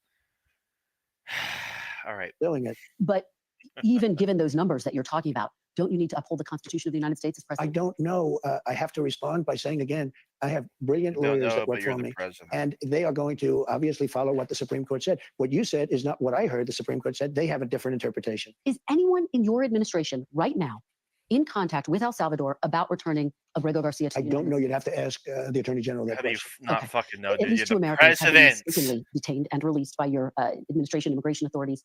Mr. President, should lawful residents of this country start carrying paperwork with them when they leave their homes? I don't think that'll be necessary, but what you're not saying is that many people have been killed, maimed, badly hurt by illegal Many people have been immigrants that came over kidnapped that by are people in who prisons and don't from have jails and any from, IDs, mental who institutions, don't have and any they're hurting our fucking people. warrants, by people who claim to be ICE but are not in uniform, fucking plainclothes individuals just fucking stats the fuck up. Even people who aren't actually in ICE trying to claim that they are part of the fucking American Gestapo. Like, that kind of fucking scam is going around right now. Like, people that are actually fucking racists just trying to kidnap people because they think they can fucking get away with it, with how fucking bad it is right now under you right now. Fuck. And if we don't get them out, we're not going to have a country for long. We need honest. Yeah. We need honest media, and we need walls. We need to have borders. And by the way, I built a lot of walls, and if we didn't do that, we wouldn't be able to have those. We would not be able to have the kind of numbers if I wasn't successful in building hundreds of miles of wall. Very quickly, sir, the last time you and I spoke in December, you said that you would consider working on getting Dreamers legal status. Dreamers, of course, those who were brought here illegally as children. Where do those efforts stand? Is that a priority for you? Well, it's not a priority for the Democrats, because every time we talk about it, they don't want to talk about it, because I guess they like it as a political issue, but they're not good at political issues because they still want to have men playing women's sports. Well, Republicans do control Congress right now, Mr. President. But the Are you going Democrats to make don't. Dreamers a priority? Well, you'd need for that, you would need to have support from Democrats, and we have no support from the Democrats. Have you had any discussions about Dreamers? Yeah, we've had discussions. We would do something. I'd love to put in beautiful immigration for everybody, but the Democrats don't want to approve anything. All they want to do is knock out a tax bill. We're trying to get approved right now, the biggest tax cut in the history of our country. And if it doesn't get approved, it's a 68% tax increase, and that's what the Democrats want. They want a 68% tax increase. It's rather incredible. Yeah, and I do want to talk about your not administration. true. Let's talk about what does that even mean? 68% on has capital fired gains, and- like and income, rehires- like what kind of taxes are we talking about, dude? There's no fucking details. No, there are of course. never any details. No. And the left is guilty of this too, in Yeah. terms of the left being defined as the institutional left. Even Yeah. AOC, dude. Like, even AOC and Bernie, like, sometimes I'm like, show me, like, blow me away with your knowledge of the numbers. Blow me away with your comprehension of these problems. Demonstrate that you understand these problems better than the average American, because that's your fucking job. Yeah. Not to mention, it's just like, fucking sit down with someone like this. Just like have an hour interview and just go into detail about your fucking ideas and your policy proposals and shit. It's like, yeah, the Democrats are definitely guilty of leaving out policy details and shit. It's just like, motherfucker, it can go such a long way if people actually understood exactly where you're coming from. But like people like fucking Trump are just like play into like just this game of vagueness every fucking time they get on camera. Thousands of federal workers, including FAA employees in charge of aviation safety, specialists working on nuclear weapon safety. What do you say to those who believe Elon Musk's chainsaw approach has jeopardized the safety and security of America? Well, he found $160 billion worth of fraud, waste, and abuse. I mean, I think he's done an amazing job. I think his people have done an incredible job. They're brilliant people. They know the computer. I actually asked them, what's their big trait? He said they're unbelievable at computers. In other words, you can't fake them out because these people were, in many cases, crooks. But it was fraud, waste, and abuse. They found your question should be asked a different way. Were certain things found? Yes. Trump's How much? ignorance on the topics are what allows them to get away with He said he'd find $2 trillion. Well, we're not finished yet. We're not finished Do you yet. think the work continues even though he's leaving? He said sure. He's leaving behind some very brilliant people. They were on television last night. They're super high IQ people. I like high IQ people. The Democrats don't have many of them. Let me ask. Motherfucker, dude. Like, please, like, just take a basic test. Take live stream like a fucking basic test. Like fucking apply for Mensa, dude. Fucking like get out there, show just how cognitively fucking aware of the shit that you spew, like of anything. For crying out fucking loud, do something to show just how brilliant and high IQ you are. Not to mention the fucking dumb knuckle dragging motherfuckers that you have in your goddamn cabinet. God damn it, dude. Let me ask you about some news that broke. You are threatening to rescind Harvard's tax-exempt status. Yeah. And yet directing the IRS to investigate and rescind a university's tax-exempt status is contrary to what's in the federal law. The law says you can't do this. Do you think you're following the law? Well, I tell you, I'm going to just follow what the lawyers say. They say that we're allowed to do that, and I'm all for it. But everything I say is subject to the laws being 100% adhered to. Are you willing to take this to court if it becomes a court fight? You're going to take it that far? In a lot of cases. All right, let's talk about some of the other actions you've taken over the past 100 days. Last month, you directed your Attorney General, Pam Bondi, to review 2 people who you perceive to be your political adversaries. And yet you told me in December that you would not direct the Justice Department to investigate your political foes. What changed? Well, no, I just look at people, and I'm not directing anybody. They looked at these 2 people. They might have known it, or they might have heard it from 2 years ago. One person said, he knew me so well. He was, I think, on CNN or MSDNC, but they're both failing networks. You're happy to know, even though one of them, I guess, is related to you in one form or another, although they're trying to cut him loose as fast as possible. But so that's the most intelligent thing he said the entire interview. No, sure. Yeah, like, and like MSNBC is a fucking disgrace. Yeah. All right. Anybody who's working for MSNBC that might be watching this, all right, you want to fix MSNBC? Shoot me an email and I'll tell you how to fix MSNBC because it's not complicated. No, yeah. Get the fucking neoliberal Clinton, Obama, Biden people out of the fucking way. Yeah. Bring in some goddamn progressive voices. I bet most people in your network, and definitely most who watch your network, don't even know the difference between neoliberal and progressive. They are. It just never ends with that network. And I'm thinking about doing the Morning Bro thing again, where I watch Morning Joe and then like, and just to like create more content and feed the algorithm stuff. But it's like there was the head of it, and maybe we'll watch it. The head of the DNC was on there today. It's like they're good for like 1 or 2 good interviews, they get this guy Ratner in there who's really good on economics. And, just like every day I'm thinking about just like for 30, 40 minutes going live and responding to like the one good or one really bad piece of Morning Joe that happened that day. Absolutely. Because that is what a lot of people watch. Biden loved Morning Joe, dude. Yeah. He watched Morning Joe all the time. No, of course. Yeah, dude, I'm unemployed right now. Like, fucking hit me up. I'll fucking help you out. I'll join in. Yeah, let's go, dude. Let's go. You want to do a Morning Bro stream tomorrow? I'm fucking like. Let's do it. Let's do a Morning Bro stream tomorrow. What time are you thinking? Like 11. I gotta watch it first. I gotta watch the whole thing. Yeah, which actually doesn't take that long because there's so many commercials and they repeat content. Yeah. But then we'll work out the timing later, but maybe like 11 a.m. or noon, something like that. I don't think I got any like interviews lined up, or anything like that. So fucking let's fucking tackle the current fucking MSNBC shit right now. Because like here's the thing. Like fucking Trump's not wrong. He knows how to fucking rub it in. It's like fucking, it doesn't matter how much of like the MSNBC programming and CNN programming right now, excuse me, is in the right. Like, he's still fucking right. That's the thing. Go ahead. It was well known that this one person, it was almost like he was my brother. I don't even know who he is. Maybe he was there. Maybe he was in the Oval Office a few times as a surrogate for Hagen, where you at? somebody in some form of government, along with 25 other people that sat in the back of the room or stood in the back of the room. I have no idea who this guy is. And he's out there. And then he did a book called Anonymous. I think that's really subversion. I think it's spying. It's something really bad. The fuck are you talking about, Donnie? What the fuck are you saying? Really bad. And the other one said that the election was so wonderful. It was such a, well, it turned out it wasn't a wonderful election. It was a corrupt election. Let me ask it this way, sir, because when we talked in December, I asked you, what is your message to people who didn't vote for you? Let me remind you of what you said. You said, I love you, and we're going to all work together. How does pursuing your political foes help to Did I really say I love you? You really did. That's a direct quote. Yeah, I'm sure you're right, but I'd like to see. I promise I'll show it to you. I'll show you the tape. Look, how does that help to I unify want to the treat country? people fairly, whether they voted for me or not. I want to have a unified country. It's very hard because the media is so fake, including, like, even the way you ask questions. Every question is asked in a negative vein. There's a toy company that took a toddler's, whatever. But you don't talk about the fact that gasoline is down at numbers that nobody believes. Oh, wow, possible. yeah. You know why they're down, by the way? Drill, baby, drill. We're drilling like crazy one right now. aspect You try to make sure every question is fair, Mr. President. Look, anyway, drill, baby, drill. We're drilling like crazy right now. You try to make sure every question is fair, Mr. President. Look, every question you ask says that very negative stuff. I'm fine for responding to you. I don't think you're very difficult at all to respond to be honest with you. But you know what? You should ask some positive things like, sir, it's amazing what you've done with gasoline. Because you know what? Gasoline's big business. A stroller is not big business. To this Gas question, has been Mr. like the President, same you said you price wanted for to the unify past country. fucking like Is going after 3 or political 4 foes months. Shut undercut up. that goal? No, not at all. No, we want honest people. Okay. I think you have to do that. We want honest people in this country. Let me ask you big picture. People who have lived in countries like the Philippines, Hungary, Russia, they look at some of your actions going after civil service, going after universities, law firms, the media. They say it's out of an authoritarian playbook. What do you say to those who believe you are taking the country down an authoritarian path? Well, there you go again. Why don't you ask it a different way?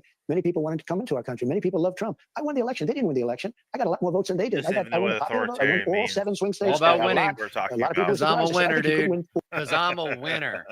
It's like, dude, look at the participation numbers, man. The turnout wasn't great. Like, and not even that. That's not even what matters. What matters is anyway.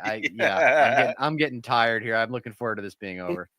I agree. Maybe We gotta 5. move No, I on won to all other 7. topics. And I won by a lot. And I won, actually, I think there was a Been lot a of while hanky-panky since we going on. They were too big to streamed, read. so That's the good news. might It's as too well big to read. touch on a lot. Let me just say, so when you make these statements about, people say this, well, they had their chance at the election and they lost big. So you should ask the question differently. You should say, what about the people that want to be in this country? What about the people that love this country? But what do you say? I'm asking it on behalf of those people to give you a chance to respond to them. What do you say to those people, sir? Those people are going to be very happy. They're going to have to see some results. And I think we had a great 100 days. There are a lot of people that say it was unprecedented. It was an absolutely unprecedented 100 days. He loves that. That's his favorite thing to do. A lot of people are saying this. A lot of people are saying that.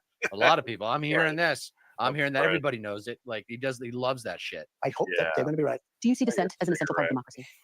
It's a part of democracy. It is. Is it an important part of democracy? I hope that they're going to be right. Listen to this. Do you see dissent as an essential part of democracy? It's a part of democracy. It is. Is it an important part of democracy? You're always going to have, Kristen, you're always going to have dissent. There's nothing you're going to do about that. Am I going to get 100% unified? It would be a strange place. I can't even imagine that we're 100%. Look, you have people that are good people. They're very smart people. And they honestly believe we should have open borders and the entire world should be allowed to pour into our country. I think it's a 95-5 issue, but they believe it. They're not even bad people. Some of them are bad. You have people that honestly believe that men should be allowed to. We have spent 40% of this interview talking about the fucking border. In women's sports. Some of these people, I don't know any. I haven't been able to find any, but they exist. They say it's an 80-20 issue. I don't believe that. I think it's a 97-3 issue. Do you think more people like should have the right to 60%. criticize you without fear of reprisal? Absolutely, yeah. I do. And how do you square I think that? that happens. How do you, 97-3 issue. do you think people should have the right to criticize you without fear of reprisal? Absolutely, yeah. I do. And how do you square I think that? that happens. How do you square that with the fact that you have passed these executive orders asking the Attorney General to look into some of the people who've criticized you, who've been harshest I against have been investigated more than any person in the history of the United States of America. I've been investigated more than the late great, as I said, Okay. Alphonse Capone. Alphonse So- Capone was a Like, if people are allowed to criticize you, they should be allowed to fucking investigate you for, like, the criticisms that they have. It could be legal. It could be on a legal fucking basis, dude. So it's like, if you don't want to be fucking investigated, then you should fucking allow it as the commander in chief, as the executive. You fuck. Yeah, and treat top secret documents with respect. Yeah, Well, and those things. like that's a I've whole other investigated- thing too. Like, holy fuck, dude. Oh, there was 20 of those things, man. There was like he had 91 criminal indictments or something like that. It all went away because he won the presidency. Yeah, not to mention all the fucking top secret indictment documents and whatnot. The SCI shit. Like that was all in fucking like Mar-a-Lago. So he calls he's about to call Al Capone the late great Al Capone, right? Check it out. Investigated more than any person in the history of the United States of America. But this whole tactic is nothing more than playing the victim. I mean, it's not. It's the bully playing the. 100%. It's the bully playing the victim. Oh, he hurt me. I didn't mean to hit him.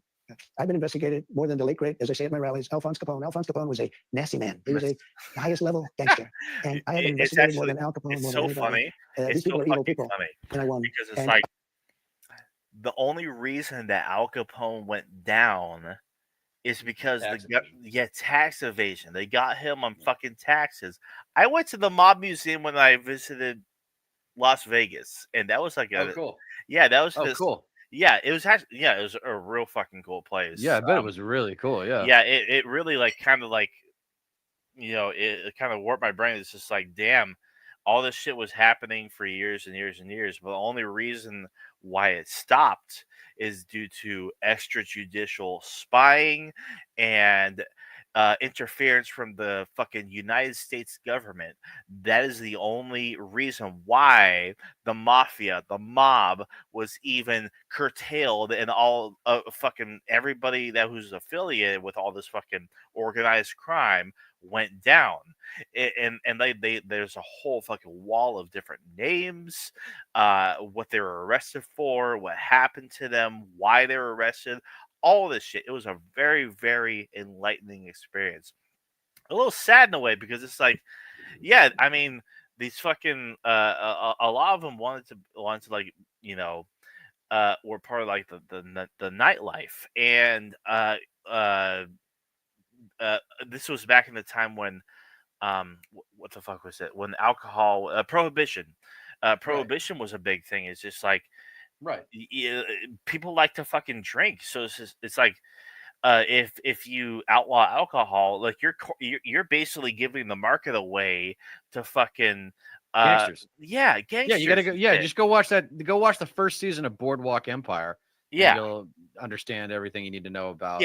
Why prohibition was such a horrible idea. No, of course. And why actually, and if you actually think about prohibition too, it's a foundation for legalizing weed and legalizing other drugs, and not doing a war on drugs, because all you're doing is empowering criminals. Bingo. And bingo. All I want to happen is for the department. And this is why, like, I hold the stance, and this definitely does have to do with prohibition and the mob in general. It's just like, you want to like lessen the power that these people have, even if they do have any power to this day.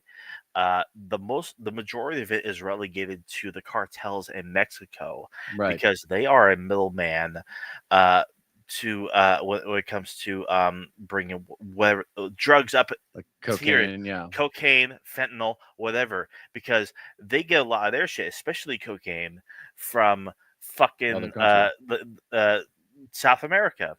Colombia, Bolivia, If you want to like limit the power that these fucking cartels have, don't fucking drone strike them. Don't fucking assert your dominance over the sovereignty of Mexico. Like, actually change fucking policies and laws here in the United States, so that way that their power is fucking diminished substantially. Like, take a lesson from the wielding of government power against the mob, Right. like instead of fucking just like shedding more blood and fucking drone striking different regions and shit. Like, it's just like, there are better ways to fucking go about this shit. Legalize and regulate drugs. More than anybody. These people are evil people, and I won. And I'll tell you what, all I want to happen is for the Department of Justice and the FBI Pam is great and Cash is great. I think they're two great people, but they're their own people. They want to do a fantastic job. And all I want to do and all I want to ask for is that they be allowed to do their job. I'm not telling them to do anything. And I believe I have the right to do it. I'm, in theory, the top law enforcement officer as the president. We went over this once before and it turned out I was right. But I'm not looking to use that. We have two great people and we have many, many incredible people under them. And I just want them to do their job and do it well. Let me ask you about something I don't think you've been asked much about, which is you've branded your own cryptocurrency. The coin's value actually surged recently after you announced that top holders would be invited to have dinner. I don't even know. What did it surge to? What did it surge to? Yeah, what's it worth? You might as well tell me because I have no idea. Well, it surged. How do you not know? Surged, I will find it. Hold on 1 second. 5.2 or 58%. So 58%. To what number? That's not bad. 14.32. What? Billion? No, dollars per cryptocurrency. $1 billion?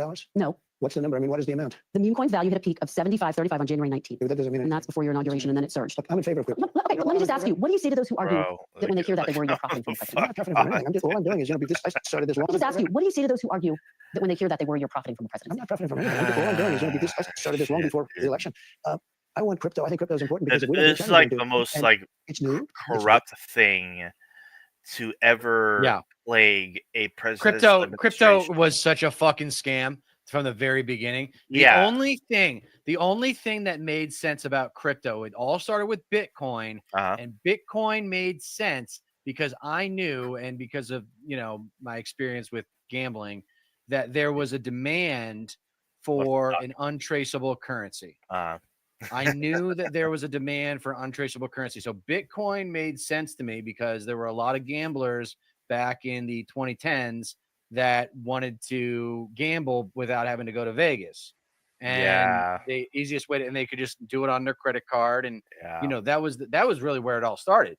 And then it became an investment proposition.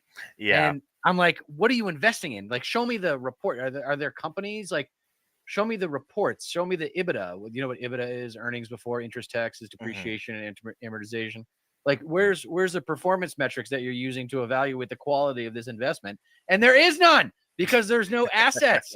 There's no productivity. There's nothing of value other than the speculated value of that's crypto coin. Yeah. And there's nothing there. I don't feel sorry for anybody that owns crypto and is going to get fucked over. Yeah. Why didn't you just invest in fucking stocks? Yeah. Why did you invest in crypto and not invest in stocks? Yeah. Like, why did you choose crypto? Because it was like different, because it was quicker. Now, the reason why is because they're greedy as fuck and they thought it was a quicker way to get rich. That's why. No, yeah. I mean, it's actually kind of crazy how much this ties into my dad because one, he used to have a major gambling issue.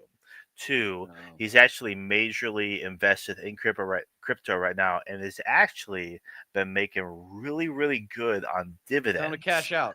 Yeah, Tell him to cash out. Sure. Yeah, I'm like, yeah, dude, send some fucking dividends my way. Why the fuck not? Yeah, no shit. Dude. Yeah. Tell him the gift tax at 18 grand, just so he knows. Yeah.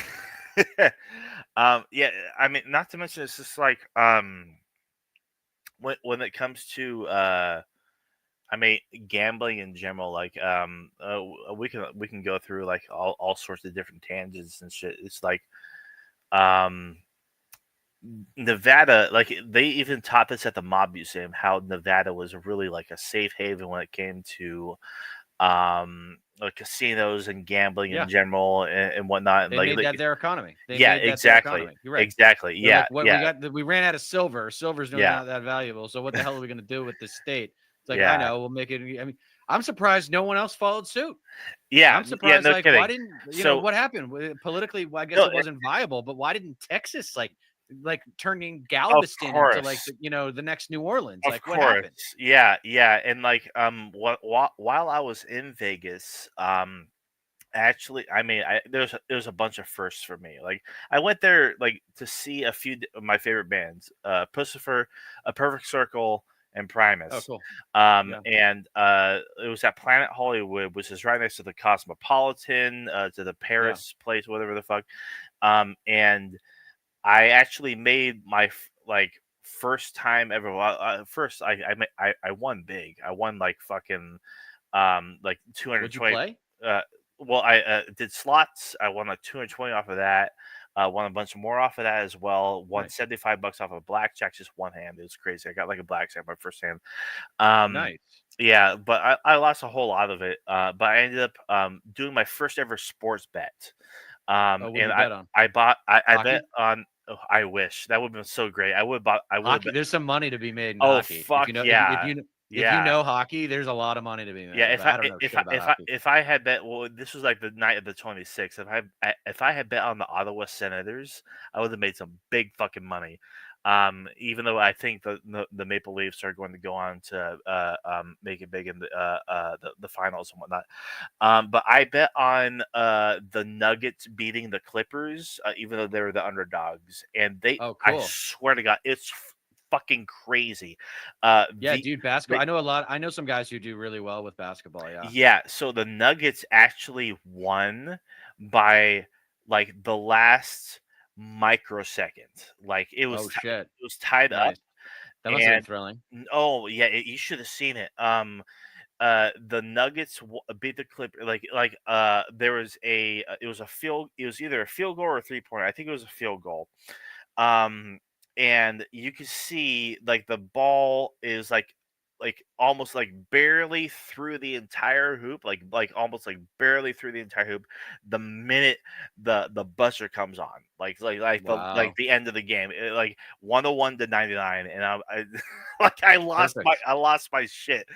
Yeah, that's perfect, dude. Way to go. No, Just in time, right on time for you. Of course. And the thing is, I was gonna because I haven't bet anything since then, and I saw that the Giants were playing the Cubs in MLB, and I was gonna bet some money on them. And I saw that like the Warriors were going to play. I was gonna bet some money on them.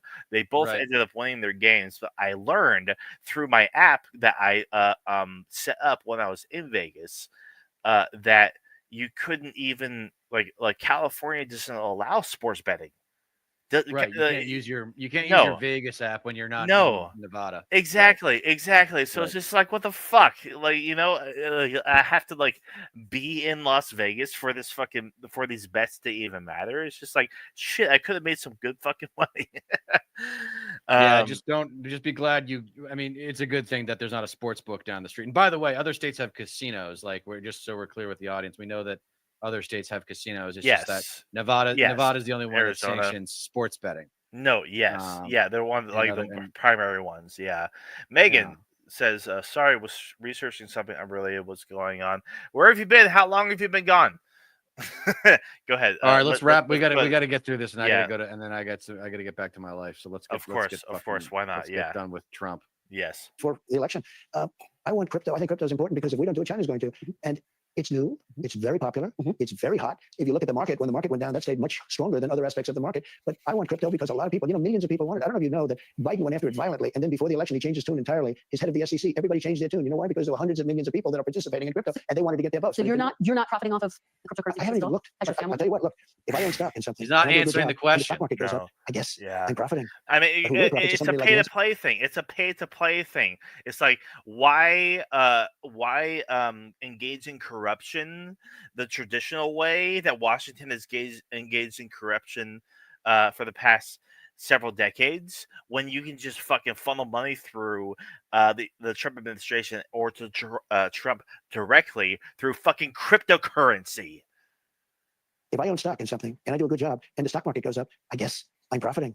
But who really profits is somebody like Nancy Pelosi, who uses inside information. She worked for $175,000. Oh yeah, and you don't, and you fucking don't, and the fucking cronies around you don't engage in insider information. You fucking dishonest little fucking weasel. Jesus fuck. When you get cut off in traffic, here's a free piece of advice from someone who's got a few years on you. When you get cut off in traffic, the best reaction to that or any misfortune is really, it's not going to be the last time, right? Yeah. Because that way you recognize it's part of a pattern. Like, this is who he is, dude. Don't let him get you fired up because he's just going to keep being him. Like, this is who he is. Of course. Yeah.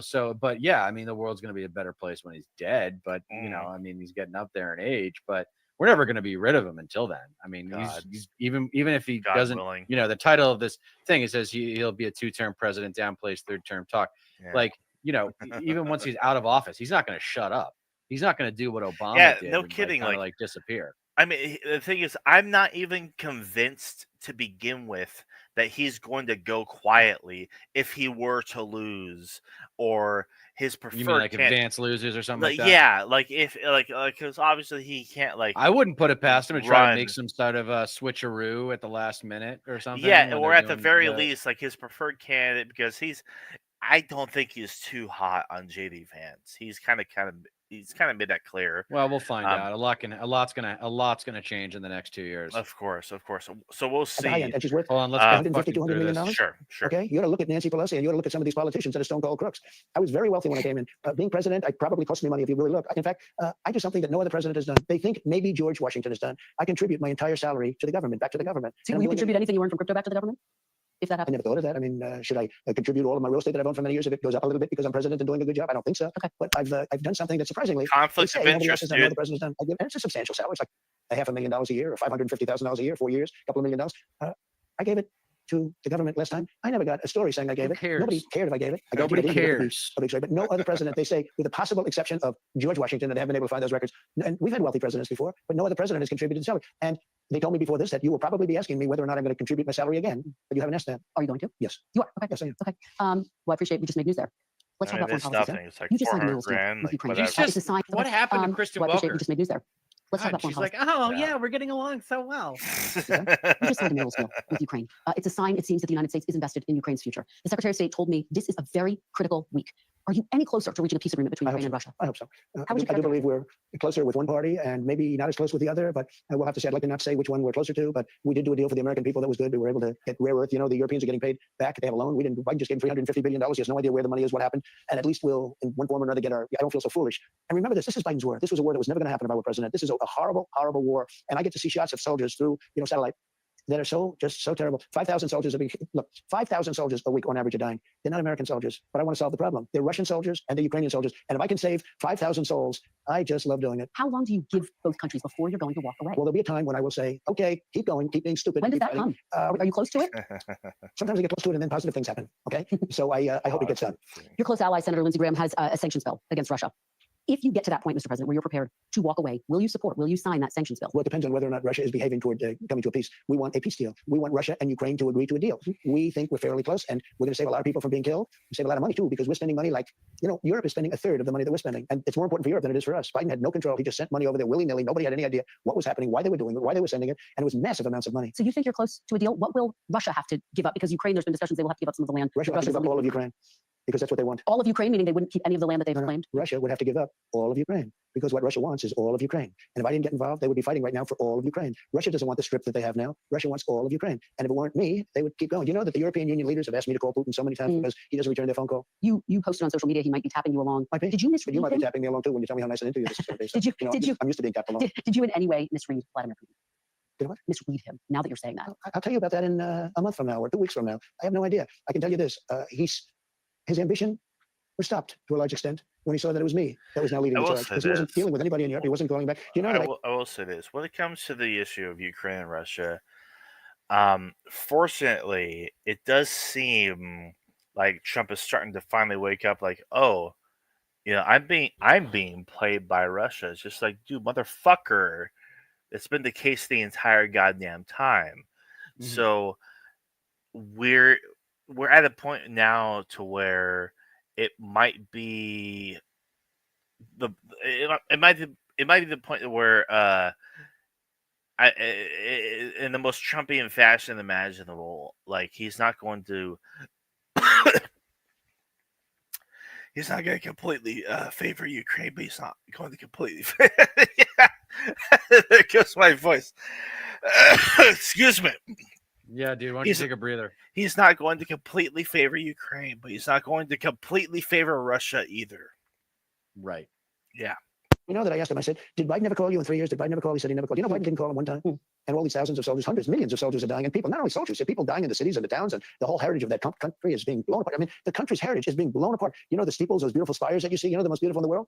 Almost 95% of them are laying in smithereens, all broken up and so sad, laying all over the ground because they were shot. It's really a bad situation. And he didn't get one phone call from Biden. The war would have never started. And by the way, for 4 years, it didn't start. I was there for 4 years. It was the apple of his eye. This was the apple of Putin's eye. There was no chance he would have gone in. What's the red line for you? At what point do you say that's it? We're walking away. Well, you'll know. I mean, there'll be a time when I may say that. And if I do, there may be something I can't do. Maybe it's not possible to do. There's tremendous hatred. Just so you understand. I mean, we want their tremendous hatred between these two men and between, some of the soldiers, frankly, between the generals. They've been fighting hard for 3 years. I think we have a very good chance of doing it. Very quickly, if you do walk away, would that mean that you would pull military and I don't want to say that now. It's too early to say that. I don't want to get into that argument. Let's move on to Canada. You have long talked about making Canada the 51st state. There's obviously a new prime minister of Canada, Mark Carney, who you spoke to Thank you. his victory. He says that you didn't talk to him in that call about making Canada a 51st state. No, he called me. He was very nice, and I congratulated him. He had a victory. It's a very close victory. So, there's no majority or anything, so that's going to make things a little bit difficult, I think, for him to run. But he nevertheless had a victory, and he's a very nice man, I think. Do you plan to talk to him about making Canada He a wants to 51st come and state? see me. He's going to come this week or next week. So will you talk to him about making Canada a 51st state, annexing Canada? I'll always talk about that. You know why? We subsidize Canada to the tune of $200 billion a year. No, you We don't don't. need their cars. In fact, we don't want their cars. We don't need their energy. We don't even want their energy. We have more than they do. We don't want their lumber. We have great lumber. All I have to do is free it up from the environmental. No. I still need to react to the actual meeting between the two of them, but like we really actually do need their lumber, unless we want to pay like fucking 80%. 100% more for lumber in general and cut down the fucking Rockies and shit. We 100% need the fucking Canadian lumber. Without a doubt. I told Governor Trudeau, I said, not Prime Minister, Governor. I said, Governor Trudeau, could I ask you one question? Why are we giving you $200 billion? Why are we subsidizing Canada? If Canada was a state, it wouldn't cost us. It would be great. It would be such a great, it would be a cherished state. And if you look at our map, if you look at the geography, I'm a real estate guy at heart. When I look down at that without that artificial line that was drawn with a ruler many years ago, it was just an artificial line, goes straight across. You don't even realize what a beautiful country it would be. It would be great. But I don't think the American public wants me to pay $200 billion a year to subsidize Canada. Again, remember this. Yeah. We don't need their cars. We don't need their lumber. We don't need their energy. We don't need anything. We do very little business with Canada. They do all of their business practically with us. They need us. We don't need them. You and I talked, and I asked you if you would rule out military force to take Greenland, and you said no, you don't rule out anything. Would you rule out military force to take Canada? Well, I think we're not going to ever get to that point. It could happen. Something could happen with Greenland. I'll be honest. We need that for national and international security. But not I think Canada? it's highly unlikely. I don't see it with Canada. I just don't see it. Just ask Okay, but you don't permission, rule out for dude. Greenland. And by the way, Canada, they spend less money on military than I don't see it with Canada. I just don't see it. I have to be honest with you. Okay, but you don't rule it out for Greenland. And by the way, Canada, they spend less money on military than practically any nation in the world. They pay NATO less than any nation. Dodging the We question. are going to protect them, and really we are. But the truth What is, about they don't carry Greenland? their full share, and it's unfair to the United States and our But taxpayers. you are not ruling out military force to take Greenland. I don't rule it out. I don't say I'm going to do it, but I don't rule out anything. No, not there.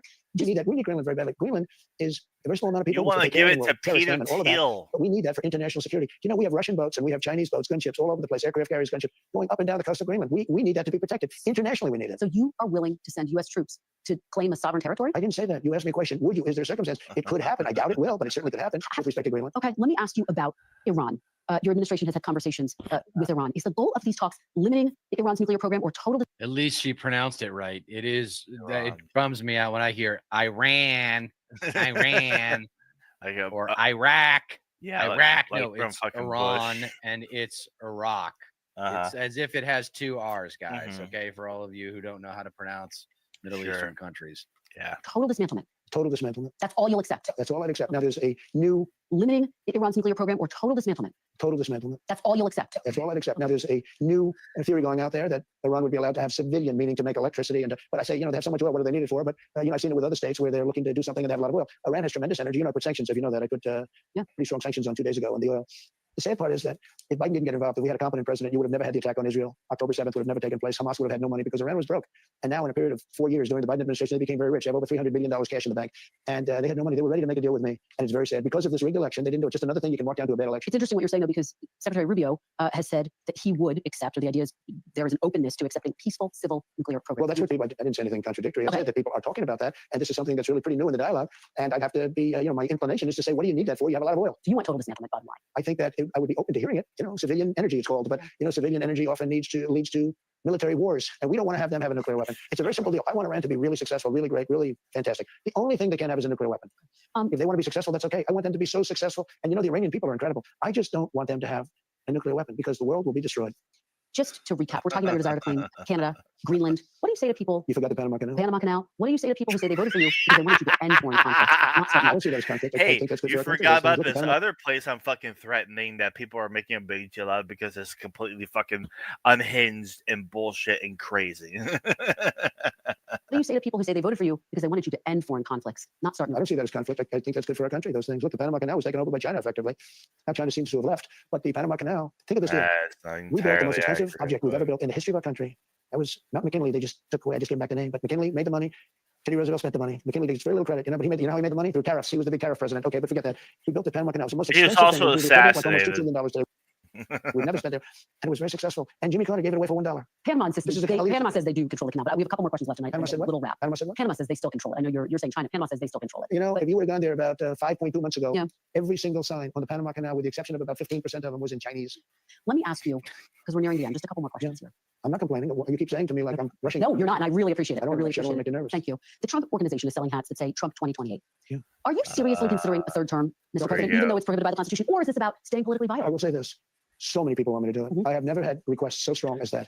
But it's something that, to the best People of my love knowledge, me. you're not allowed to do. I don't know if that's constitutional that they're not allowing you to do it or anything else, but there are many people selling the 2028 hat. Yeah, But it's this is not like, something I'm looking to do. I'm looking at Constitution, 4 who great gives years a fuck? and turn it over I'm to somebody, popular. ideally a great Republican. I'm a great actually Republican not to carry forward. popular, But I think but I'm my looking at base that's thinks. constitutional that they're not allowing you to do it or anything else. But there are many people selling the 2028 hat. But this is not something I'm looking to do. I'm looking to have 4 great years and turn it over to somebody, ideally a great Republican to carry it forward. But I think we're going to have 4 years, and I think 4 years is plenty of time to do something really spectacular. The Constitution does prohibit it. Some of your allies are pretty serious about this, though, Mr. President. I've spoken to them. They say they are coming up with potential ways. Well, that's Obviously, the biggest one would be a because- constitutional amendment. That's because they like the job I'm doing, and it's a compliment. It's really a great compliment. Has anyone approached you, though, with an actual plan, a way to actually start the process Well, there are of a ways of doing constitutional it. There are amendment? ways of doing it, and you know the same thing. And if you look at the vice No, presidential the only thing, and you the hear only different way to concepts and do different it the only way to do it legally is to remove the amendment that they, I don't know what number it is, but the amendment that they put in after FDR. Yeah. And that would require 2/3 in both chambers, as well as 3/4 of state legislatures. Yeah. So good luck with that. Yeah. Other people say you can have a write-in vote. There's lots of different things. With all of that being said, I want to be a great No, president. I mean he tried a coup last time in 2020, so I mean Yeah. it's not like he's above a coup, but it sounds like he's lost interest. I think the years are finally catching up with him. Sure. Yeah. I will have served. Hopefully, everything will go well. I feel very good. I just did a physical. I took, unlike all other presidents, I took cognitive tests and I aced it. I got 100% correct. And one doctor said, there were numerous doctors watching. And he said, I've never seen that here's before. the thing, too. I didn't take a cognitive. He couldn't have gotten the first question right. But I came out great with the physical, both physically and mentally. And I just want to serve, do a great job. I'll be an 8-year president. I'll be a 2-term president. I always thought that was very important, to be honest with you. You know, if you look at President Polk, he was a 1-termer and he did some great things, actually. Pretty good president.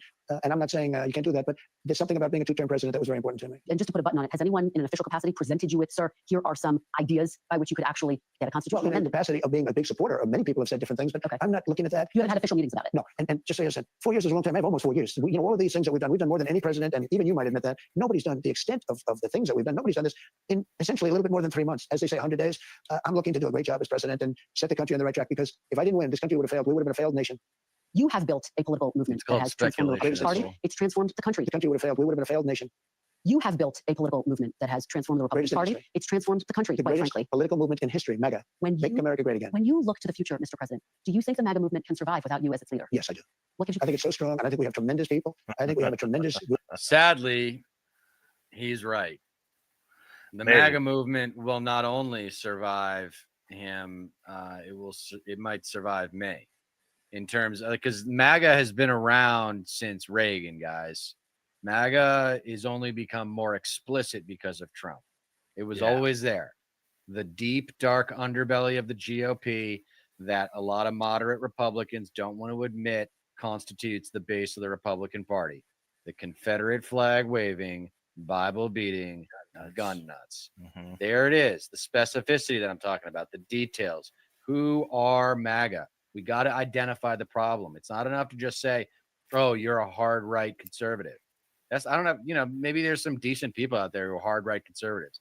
But MAGA, I'm telling you, is those 3 cultural touch points: Confederate flag waving, Bible beating, gun nuts. And anybody who doesn't have an issue with all 3 of those things, doesn't understand the problems that we're facing as a society. Right. Yeah. Group of people. We talked about a number of them. You look at Marco, you look at J.D. Vance, who's fantastic. You look at, I could name 10, 15, 20 people right now just sitting here. No, I think we have a tremendous party. And you know what I can't name? I can't name one Democrat. I mean, I look at the Democrats, they're in total disarray.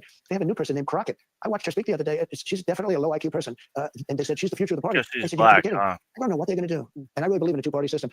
Because it's good to be challenged. It's really good. He didn't go after AOC. No, yeah, he's But going yes, after but the he's- newcomers. The fucking people are actually making a name for themselves and actually getting out there and fucking stirring the pot a little bit. Fucking Jasmine Crockett. That was okay. Oh shit. Cut you short.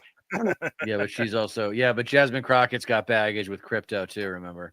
We found a little that bit out like about her when we got to know sure, her. and like it's like to what extent that holds her back like remains to be seen. But she's fucking definitely making a name for herself. That's for sure.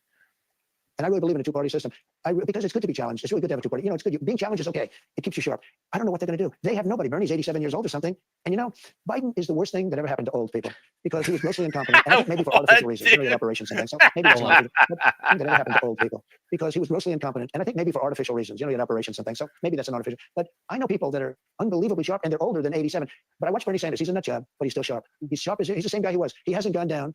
But Biden is he's the worst thing to happen to old people. I know that you are only 100 days in, but as we sit here today, yeah, I who do mean, you see as your successor? listen, Trump, I completely agree. Like, Bernie Sanders should have finished out 2 terms as a successful progressive president. Yep. I had most of my friends who were Democrats who, are just not as, to be honest, just not as politically savvy as me.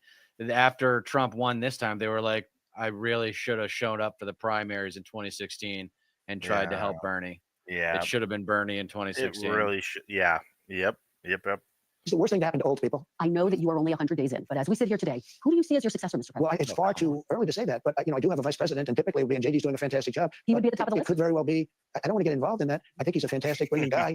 Marco is great. There's a lot of them. He doesn't like him. I also see tremendous unity. Nobody likes if that person is outstanding. I guess that person would have an JD advantage. Vance. But I think the other people would all say unbelievable. I don't want to get involved in that. I think he's a fantastic, brilliant guy. Marco is great. There's a lot of them that are great.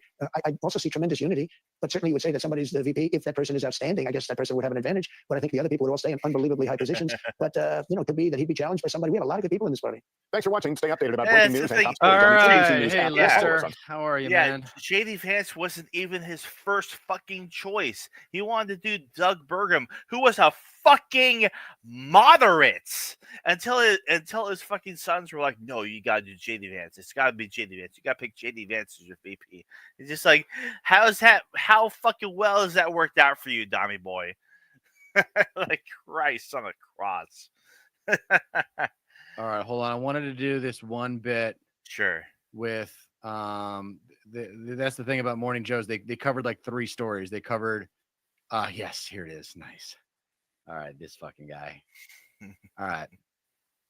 This is the guy who's in charge with Scott Bessent of the opposition party, of the Democratic Party. This is the DNC chair.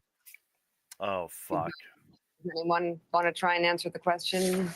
Who pays tariffs? Ken Martin. Reval? Well, look, J-Mart? we know who pays tariffs, and it's hardworking Americans who, put their faith in Donald Trump last year, hoping that he's going to make their lives more affordable. He's done just the opposite. These tariffs are going to result in a huge tax on hardworking American people. And, the fact that Secretary Bessent couldn't answer that question, honestly, just shows you what they're doing to try to deceive the American people. These tariffs are going to make it harder for hardworking Americans to actually afford their lives. Ken Martin, not J-Mart. So that's the answer. And why do you think the Treasury Secretary was having such a hard time answering that question at a hearing where it was so simple? What's going on there? Well, do they not want the American people to know that it's going to cost them a lot of money? Well, I think it's as clear as day what's happening in this country, both with him trying to evade answering a very simple question, right? This is not complicated at all. You put a tax on goods, the people who buy those goods are going to pay more. It's very simple. But this has been happening over the last 100 days with Donald Trump and the Republicans trying to basically put a lid on the lives, and people knowing what's happening to lives around this country. Think about this. The one reason we did the town halls, we've done over 108 town halls now in 45 states, is because Speaker Johnson canceled the town halls because they don't want Americans to know what's actually happening out there right now. So this is just another pattern from this administration of trying to deceive the American people. It's no surprise why, because they made promises that they're now not delivering on. So, Chairman Martin, the talk about tariffs, which of course very well could be raising prices for many Americans, no matter where you live, comes at the same time as Republicans are putting together their budget bill, which is going to have potentially drastic cuts to a number of services in order to pay for tax cuts that will largely benefit the rich. This feels like a kind of a golden political opportunity for Democrats here. How do you take advantage? Well, look, I mean, it's not a great position to be in. I mean, let's be honest about this. The impacts that this will have on hundreds of thousands and millions of Americans is going to be devastating. And I know firsthand, my mom had me when she was 15 years old. She raised 4 kids by the time she was 20. We struggled mightily with poverty in and out of shelters. And if it wasn't for Medicaid, and if it wasn't for SNAP, I wouldn't have had health care or food when I was a child. And that is the real life consequence of what we're seeing right now with these cuts. It only takes 3 brave Republicans with a spine to stand up right now and do the right thing, which is to actually put forward a budget that's going to work for working people in this country instead of the billionaires. And that's all they seem to care about right now. So sure, yes, we'll take this fight on. We'll take this fight on every single day because we're going to stand up for hardworking Americans, unlike the Republican Party. So you just mentioned part of your personal story, your mother becoming pregnant at 15, having you at 15, raised in shelters, in and out of poverty, hanging over your head each and every day. Why is it that so many Democrats seem unable to articulate and address problems that ordinary people would say, oh, yeah, that's like me. What is wrong with the Democratic Party's vocabulary? Well, listen, I say this serenity prayer every morning. I can only control what I can control. And I can tell you what I'm doing is making sure that I not only tell my story, but we tell the story of so many Americans right now, which is why those town halls are so important, is to actually make sure that we're not just talking about this through a policy lens, but we're hearing from real people who are having real life impacts from these cuts to this government, from this budget that they're trying to put forward. So it is important. To your point, let's get out of our ivory towers and realize that behind every single number on a spreadsheet is an American person's life who at the end of the day is going to be devastated by this budget. Mr. Chairman, great to have you back on the show this morning. We've been talking the last week or so about this poll from ABC News and Washington Post that asks Americans who's better to solve their problems. Donald Trump's rating is terrible at 37%, but Democrats are 7 points worse at 30%, with 30% of respondents saying neither. 1/3, 1/3, 1/3. I know it's not exactly 1/3, 1/3, 1/3, but that's actually how our country kind of breaks down politically in terms of the voting public. No, you've got 1/3, you've got 1/3 MAGA, then you've got 1/3 moderates, and then you've got 1/3 that are just disgusted with the both parties, and they're usually progressives. Neither are better at handling the country's main problems. So we've asked some Democratic members, how they turn that number around, how they explain that number. I'm curious what you think about why the Democrats are at 30% and below Donald Trump, and what you do to change it. Well, we've lost trust with voters, and we talked about this on the show before. We actually have to show folks that we're going to stand up, right? Grow a spine and fight for their lives. I think the reality is part of it is actually making sure that we're communicating our values the right way, connecting our policies that we support back to people's lives. The other part of it is actually delivering when we have power. Part of the challenge is in the past, we've elected Democrats to office, and we haven't delivered on the promises that we've made to the American people about actually improving people's lives and strengthening communities. So look, we have to fight like hell right now. We have to resist Donald Trump with every fiber of our being. We also have to give the American people a sense of the credible alternative. What is it that we would do to actually improve their lives? How will we make their communities better? And when give we do us that, one I think thing. we can win again. But you know what? It starts with being bold. It starts with being authentic. It starts with standing up and Medicare fighting for for your all? values, right? My old boss in politics, Paul Wellstone, he said you should never separate the life you lead from the words you speak. People want authentic, strong leaders who are going to fight for what they believe in. Which is what? Give me a fucking specific thing. Student loan debt, Medicare for all, hiking the minimum wage. Yeah. I mean, not the Green New Deal, the next best deal, like the green best deal, like because Green New Deal's got issues. Like, there's no specificity, Ken. There's no specificity. Like, we're gonna fight for what we want. We're gonna talk about our values. We're gonna talk about the policies and how they relate to the American public. It's like, what policies? You know, Bernie was on. See, enough of this guy. I gotta go. So, but I mean, Bernie was on the news recently and criticizing Chuck Schumer. And Chuck Schumer saying, "We are a united party." Bernie's like, "What are we united behind? What the hell are we united behind? Are we united behind guaranteeing health care? No. Yeah. Are we united behind minimum wage hike? No. Are we united behind forgiving student loan debt? No. Yeah. No kidding. Are we united behind, immigration? A humane immigration process? No, we're not united behind any of the ideas. And we're definitely not united behind the people.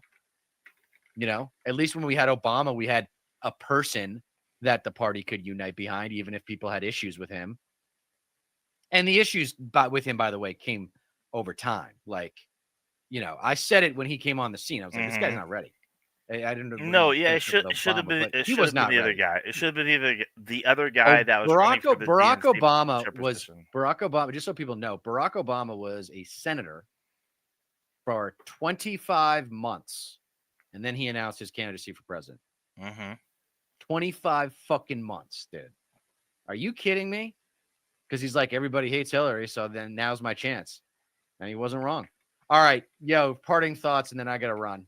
You gotta go, and that's unfortunate. Are you gonna stick around? A little bit. I wanted to touch on India v. Pakistan and a little bit about Yemen thing. Take it away from. All right, then let me sign off. Thanks for watching, everybody. Please like, share, subscribe if you're not already. Find me on Blue Sky. That's the only social that I'm really working on. I know I should be on all of them, but I'm not. Thanks for a great show, Stat Pat. Really appreciate it. And, dude, let's kick up the tires on Morning Bro. Yeah. Honestly, let's try to do some Morning Bro tomorrow. Yeah, and maybe next week if you can. I got nothing going on tomorrow morning. I'm in between jobs. I got fucking let go from my primary place of employment, so I am looking. I'm in between jobs. I'm looking to see who will hire me, basically. But I got some free time, basically. So sure. I'll reach out to you tomorrow morning if you want to go live, for sure. All right, guys. Until then, we're reminding you that you don't get change in America by asking nicely. head over to Stat Pat's channel if you're on mine and you want to keep listening to him because he's going to talk about India, Pakistan. All right, y'all, take care. Yeah.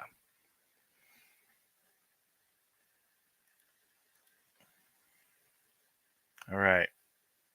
Oops. Let's do.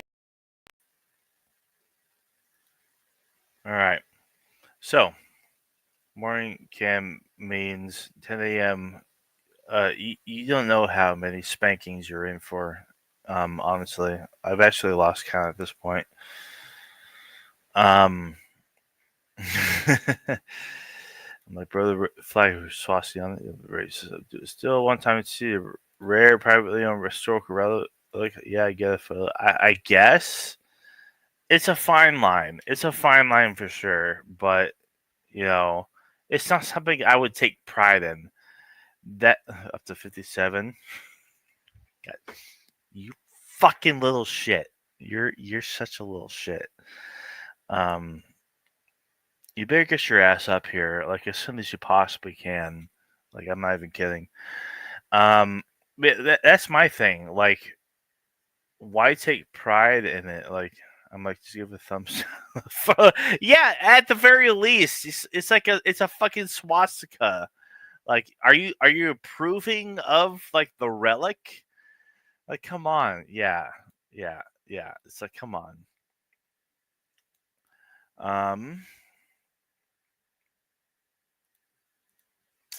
Let's see. I guess we'll finish this.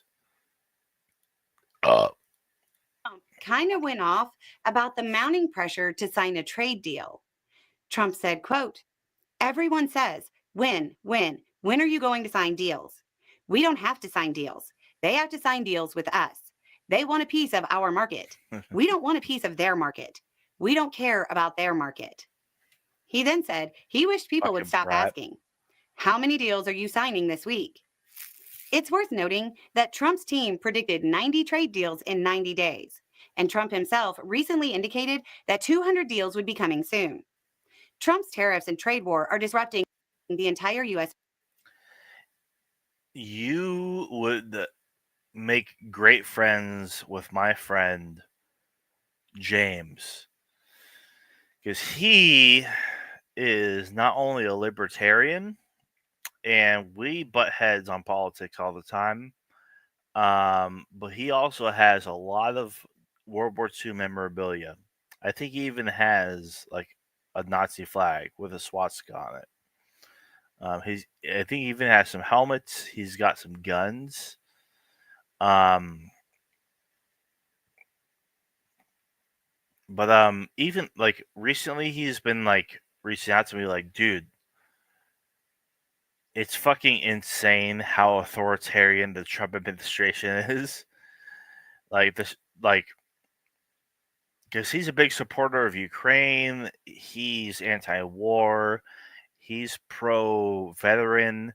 And the amount of shit that the Trump administration is taking away is weighing on him. And he's sending me some, like, conspiracies and shit. And it's just like, this kind of applies. This this has some weight to it for sure. Oh yeah, you met James. We all came about this is how they think we talked about this stuff. If you're able to come to my birthday party in July, I'm gonna try to make sure that he comes as well. So more opportunity to chat. Actually, German relics, not replicas. Like, either way. Trump pro-Ukraine, anti-war, and pro-vet. He's not anti-war.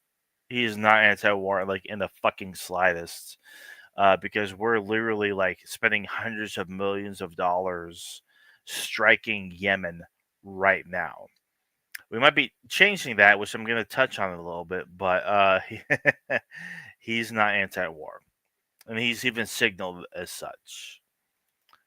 Conspiracies, keywords. Sure. Talk about that. Some memorabilia of authentic 1984 German Hitler stamp. Wow. Gosh damn. I gotta pee really bad. We'll continue this video, and among more things, we're gonna touch on India, Pakistan in just a little bit. not starting a new war with that. Like, what? Of course, it's a new war. The United States fleet against the Houthis in Yemen. We weren't doing that for fucking before.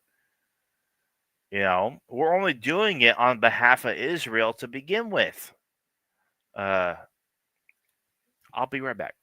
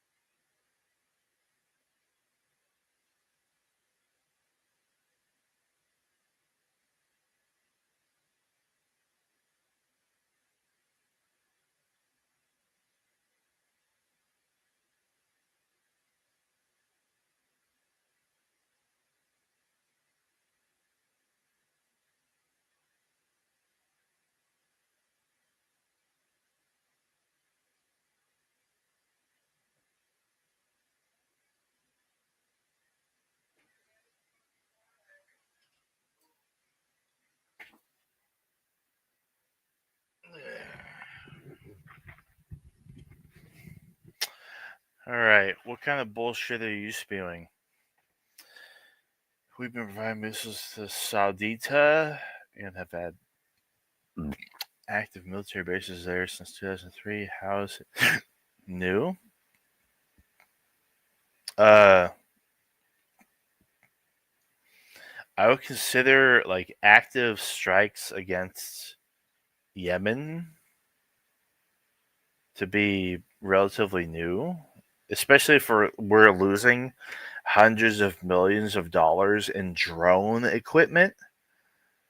It's actually been pretty fucking hot over there. With economy. That trade war presumably won't end until Trump signs trade deals. The market uncertainty will persist until then, which means investments and consumer confidence will probably remain low. Yeah, people want to know when they'll be signed. The frustration Trump seemed to express might be a result of beginning to understand that the rest of the world didn't behave as he predicted. Carney and Canada are a prime example. We'll be doing a deep dive into Carney's moves for Canada over on the other channel. Everything from defense to housing, and how it looks like Carney is already looking at post-Trump. Yeah, it's pretty crazy over there right now. Not to mention,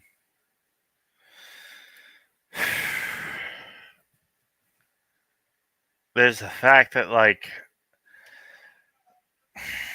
well, actually, we'll just watch the Bell videos.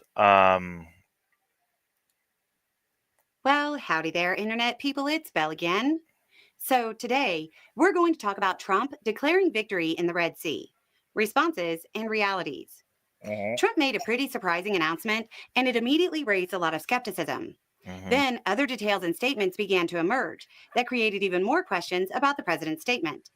The details have led to some speculation that Trump has reconsidered his campaign and is simply declaring victory as a way of impressing his base.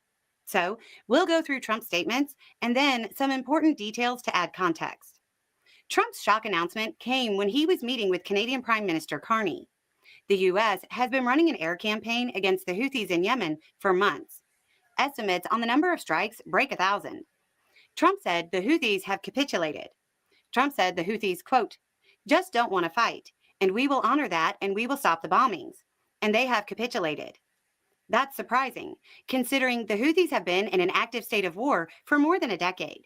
Then Trump added, quote, the Houthis have announced that they are not, or they announced to us at least, that they don't want to fight anymore. Announced to us. So it's a secret deal. Cool. Then Trump said, they say they will not be blowing up ships anymore, and that's what the purpose of what we were doing. That's the purpose of what we were doing. So, fun fact, according to Gregory Brew, who is a senior analyst at the Eurasia Group risk analysis firm, quote, the Houthis have not fired on a commercial ship since December. December is before Trump's Operation Rough Rider started. It's also before he took office. Okay, now let's look outside the Trump administration. The foreign minister for Oman, whose country mediated the talks, said their, quote, efforts have resulted in a ceasefire agreement between the two sides. Then added, in the future, neither side will target the other, including American vessels in the Red Sea. That doesn't sound like Houthi capitulation. That sounds like two sides agreeing to stop hitting at each other, but not actually reaching an underlying agreement. So, what did the Houthis say about Trump's claims? That's it right there. This is the part that, like, needs to be understood. Oman, whose country mediated the talks, said their, quote, efforts have resulted in a ceasefire agreement between the two sides. Then added, in the future, neither side will target the other, including American vessels in the Red Sea. That doesn't sound like Houthi capitulation. That sounds like two sides agreeing to stop hitting at each other, but not actually reaching an underlying agreement. So, what did the Houthis say about Trump's claims? A member. This Yemeni is starving because Houthi rebels steal millions of food aid from the country. I mean, it's not surprising. I'm not saying that the Houthis are good in this aspect. This is not current. This video came out 8 hours ago. This is discussing the most recent events. Houthis said they will stop and reneged. The U.S. jet fighter. Yeah, I'm not surprised. For years, like, don't blame it. Sure, yeah, that's completely true. Information is not current. I mean, we'll get to it. We'll get to more of it. Of the Houthis' political apparatus said Trump, quote, is lying. Trump is in lying. a statement, they said, quote, our military operations in support of Gaza will not cease until the aggression against Gaza stops and the blockade on its residents is lifted, allowing the entry of food, medicine, and fuel. So this is just addressing Trump's comments more than anything. Like, oh, there's a truce. We're going to stop operations and shit because there's an active fucking war that we're waging in the Red Sea against the Houthis. And it's being led by a Hegseth. And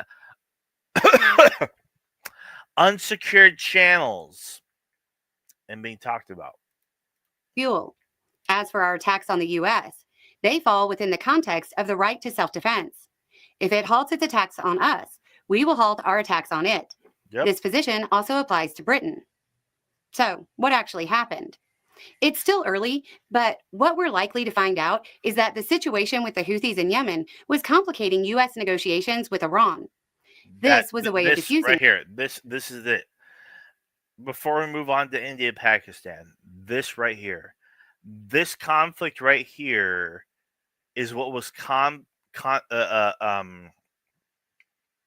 conflicting with Iranian negotiations. That. I would seriously doubt that this is the last we hear of the Houthis. Trump framing this as a Houthi surrender is probably completely inaccurate. They might alter tactics, but Trump's $250 million operation, plus the cost of the planes they keep losing, they lost another Hornet, certainly does not appear to have produced the results he's claiming. Anyway, it's just a thought. Yeah, bingo. Watch what corn is doing. Shut up. To the nerves in your legs. There are two types of people who should avoid taking gabapentin for neuropathy. Fuck you, go. All right. Yeah, no. Ultimately, I mean, we're still trying to get a nuclear deal done with Iran. I mean, I thought it's been far-fetched as long as since Trump was elected. God fucking forbid. But I guess some progress has been made, so maybe something might come of it, but the conflict with the Houthis in Yemen is stifling negotiations, without a doubt.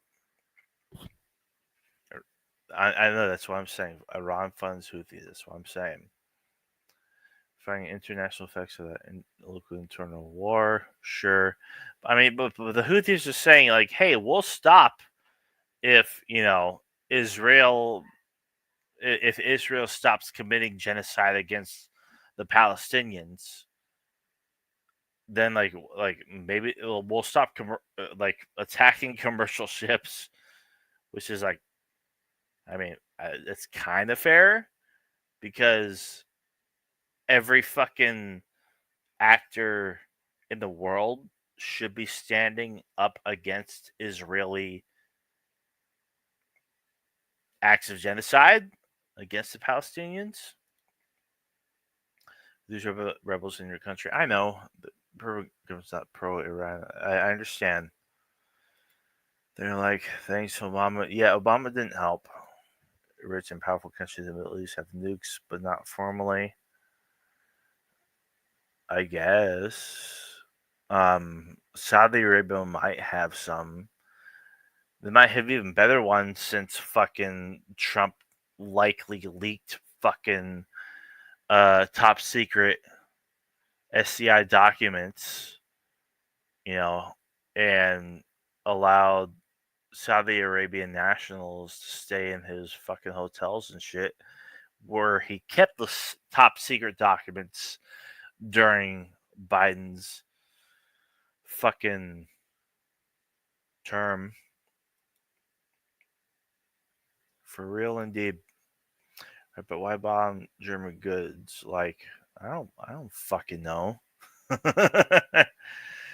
Yeah, I don't fucking know. We sell nuclear capable missiles that are weight imbalanced. They have no more warheads since the 80s. China too. I'm not saying that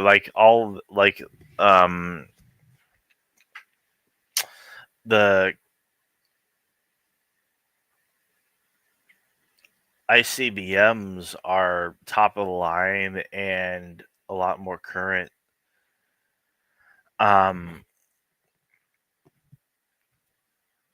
But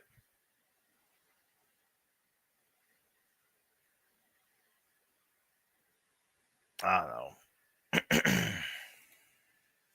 As in China sells them too, but not as in we sell the time. Right. the arsenal of most companies are not as modern as like the United States and the West. What do you think? I don't know. Well, I don't know what you know. I'm not discrediting you. I'm not dismissing you. I'm just saying, when the fuck are you going to come and visit me? When are you gonna come up here, huh? I'm waiting on a visit from you. Maybe we can duke it out in person. I don't fucking know. All right. Why don't we dig into India, Pakistan? Well, howdy there, Internet people. It's Belle again. So today, we're going to talk about biggest news ever dropped. That's not even true. That's not even true.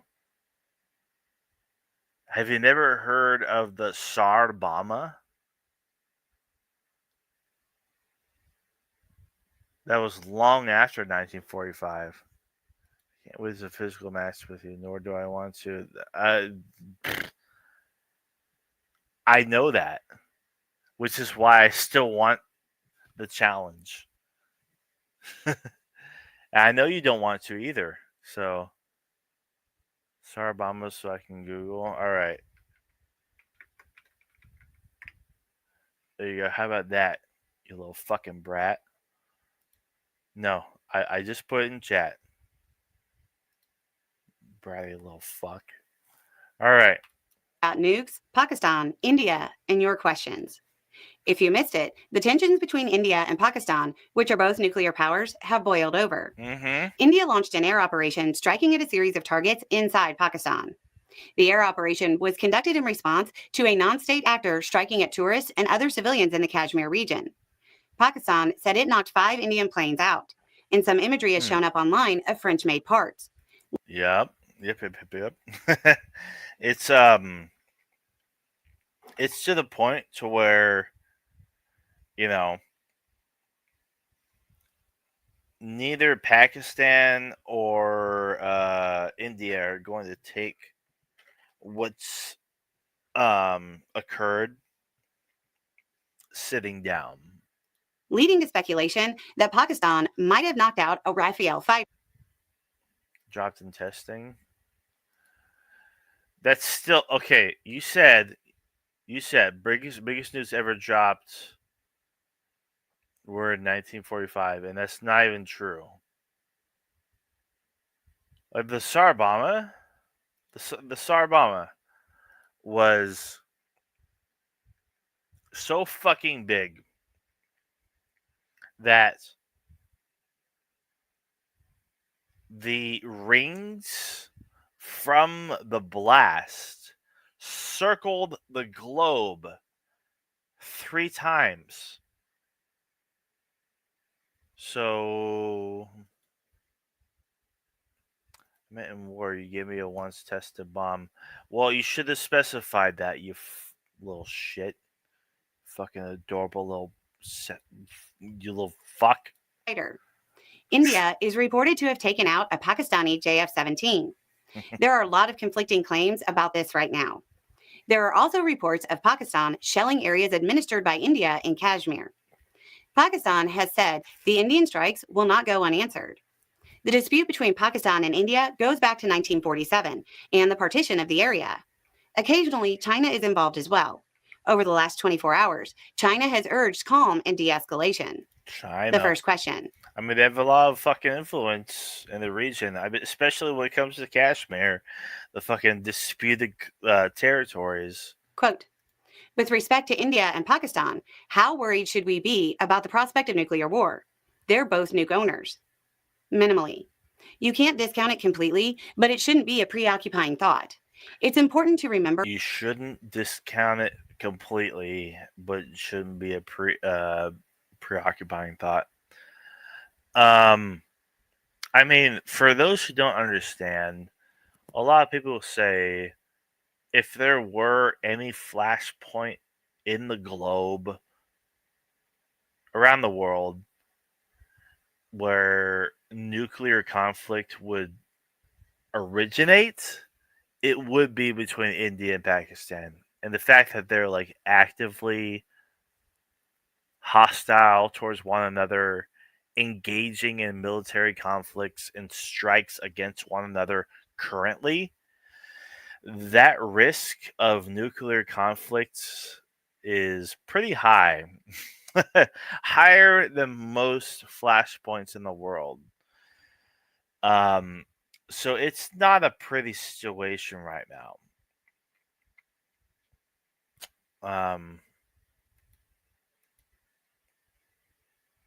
I mean, Megan, you foolishly say Pakistan, India finally. Yeah, we're covering that, and hopefully both get glassed. But between India and Pakistan,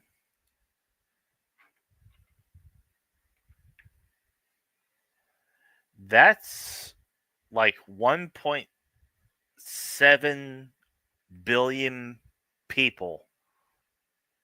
You know? It's like, who gets wiped? Who gets scrubbed?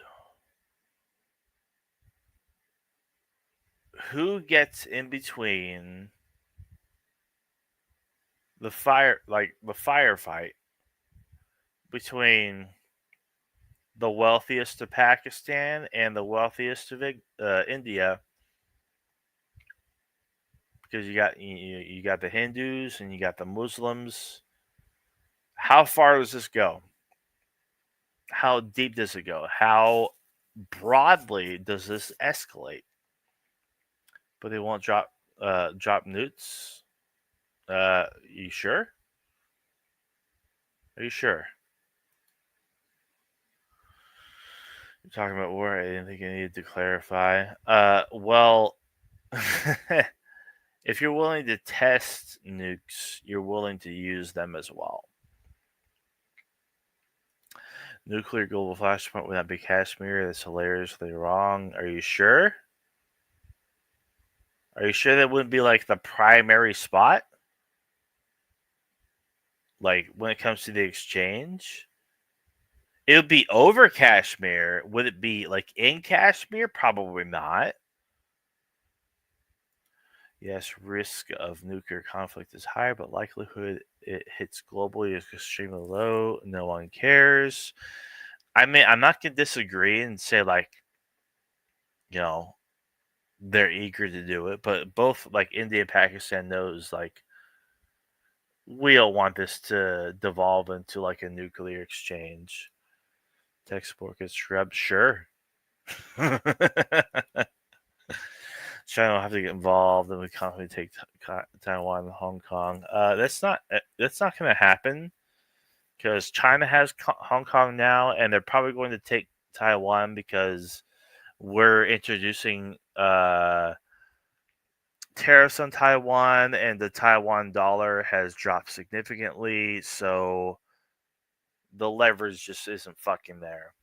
Not to mention, China has urged restraint to both India and Pakistan. Hurry up and catch up with my comments. Jesus fucking Christ. That's, you said it was 57? That's 58. In fact, I'll fucking make it 59 now. So get your ass over here. Yeah, I know, that's what I was saying. China has Hong Kong, don't mean Chinese Taipei, maybe. Sure, Porter. Yeah, they're not the. I mean, Pakistan's not the only one that has issues with India. Fucking China does as well. Tibet does as well. Why don't we just finish the fucking video? That India and Pakistan have been dealing with this for decades. Yeah. There have been multiple wars, and just since both. So no argument then. 60. You think you can handle that in one sitting? That's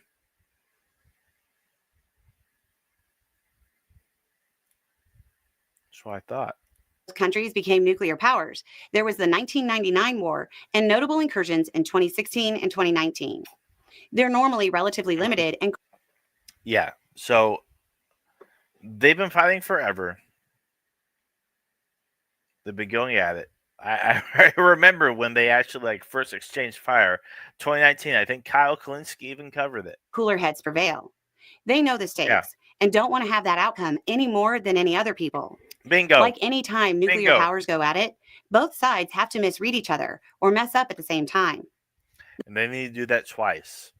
If that happens, we're off to the fucking races. The second question, quote, nuclear powers are shooting at each other. Yes. Yes, as in you're so... What's the word I'm looking for?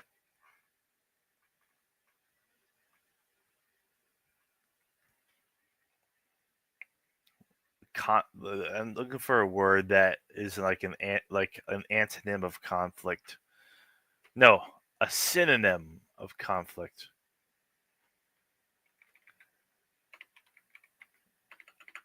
Conflict. Synonym. Antagonistic. That's the word. Audacious. That's a good one as well. I prefer antagonistic, though. You're an antagonist. Despite my affinity for you, my affection for you, you're quite a pain in my ass. And nothing. It's been almost a whole day. Before you took over the channel, we would have had a heads up 2 days before it came to this. You're slipping. Plan on getting on it or what? Down below, there will be a link to the Roads Not Taken episode on the other channel. We're going to watch that after this, by the way. Also, note the submarine patch on Belle's hat. Usually is a Curious George patch. 2 days ago. Also, if you guys are regular watchers of Belle the Ranch, Bo would regularly wear a shirt that usually had to do with the topic of the video. But since Belle took over, she would hang shirts in the background. And you can see right here, it's a reference to Alice in Wonderland. We're all mad here. If you guys don't know, MAD stands for Mutually Assured Destruction. Carrying on. And Megan, I'll get to your comments in just a second. You can wait patiently like the good little girl that you are. It includes the heads up that civilians in the area are being warned to make preparations for potential fighting in the area. Below that will be a link to the Roads episode from 9 days ago, talking about how uniformed Indian and Pakistani forces had started shooting at each other. The media you're consuming that's telling you... I probably haven't seen that yet, because that was like right before I got laid off. So there's that one and the most recent Roads Not Taken episode. So I think we'll probably watch both of those. That this just started a day ago is wrong.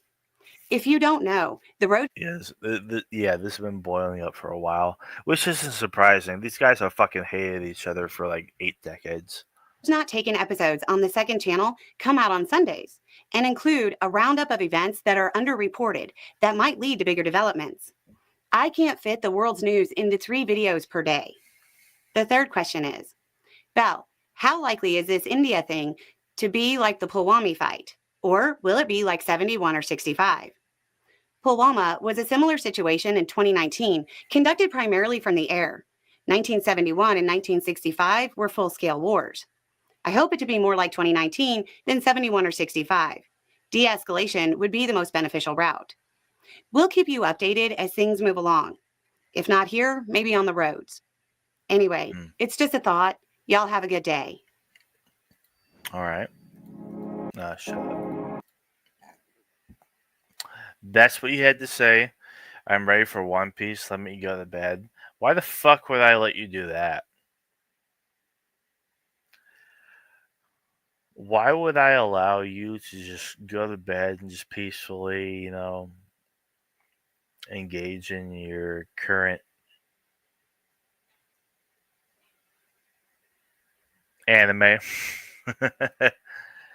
rather than engage with what I'm talking about.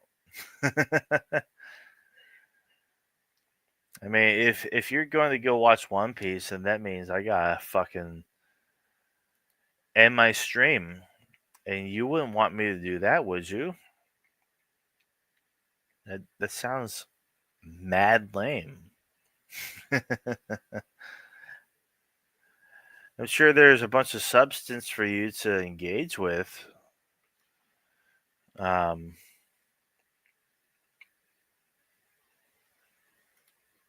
You don't want to watch me cover the roads with Belle? Let's see.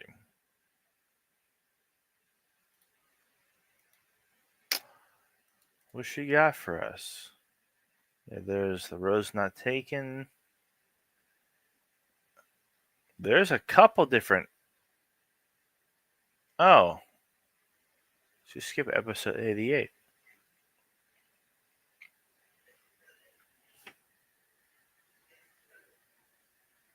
It's up to you, love. I won't keep you.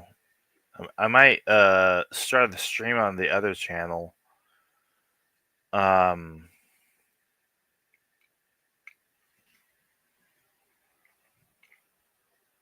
play some games, but I would much rather you be here with me so we can engage on these ideas together. Okay, it was the +1, and then there was the next episode. That's about 23, 24 minutes of content. So we can react to that together, but if you prefer to watch your bullshit One Piece, I can let you do that. Entirely up to you. Impel down rewatch. Very lit, and I'm tired of this. Yes, it's too much to go for every specific thing. I mean, the last thing to really cover is the whole India Pakistan thing, which she remarks that she covers in both of these recent Roads Not Taken episodes. There's a lot to go through. Like it's a historical thing. It's been going on for years and years and years. And not to mention, like your company means a whole hell of a lot to me. So you're just gonna leave me hanging? You think you're too good for me, huh?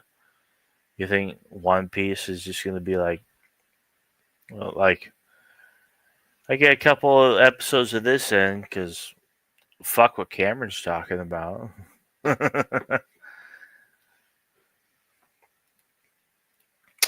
Just commenting on framing of things alone. There's so much work. I wish you did India Pakistan earlier. Well, we had Trump to discuss, and that was a whole hour interview. So I think because Trump just got fact checked for saying that. Yeah. This is something I've been familiar with for years and years now. That's why I said, like, if there was any flashpoint for like a nuclear exchange, the most like unstable, unhinged point would be between India and Pakistan. Until like at an actual treaty or negotiation of a ceasefire or something is implemented, then it's just going to continue. And right now, like it's popping the fuck off.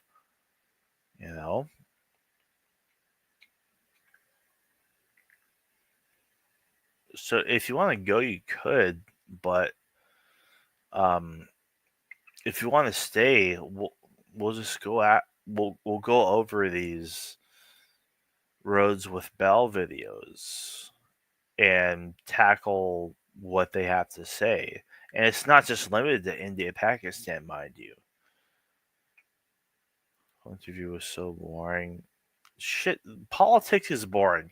Why do you think I don't fucking care to, like, I would rather game. I would rather fucking do my shit on the other channel. It's fucking boring. Even if it does have real world consequences that are far reaching. I get it. Yeah, the Senate Trump is saying they've been fined for decades before they partisan.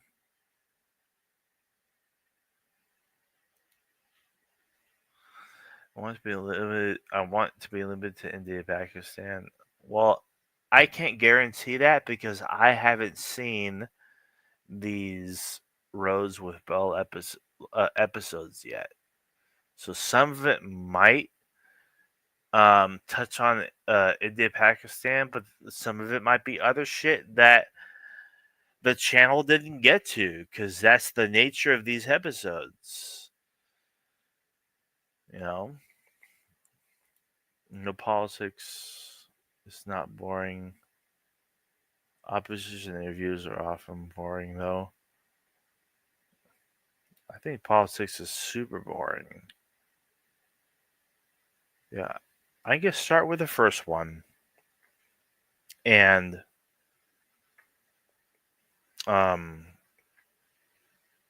if you want to leave, you let me know. If you want to stick with me, we could at least go through the first one and your father see where that takes us. Knows about saving money. Everything I'm wearing, I've had since boot camp. Well, howdy there, Internet people. I'll even speed it up.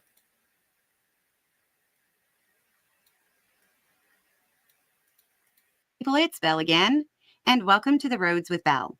Today is April 27th, 2025, and this is episode 88 of The Roads Not Taken, which is a weekly series where we... I love politics.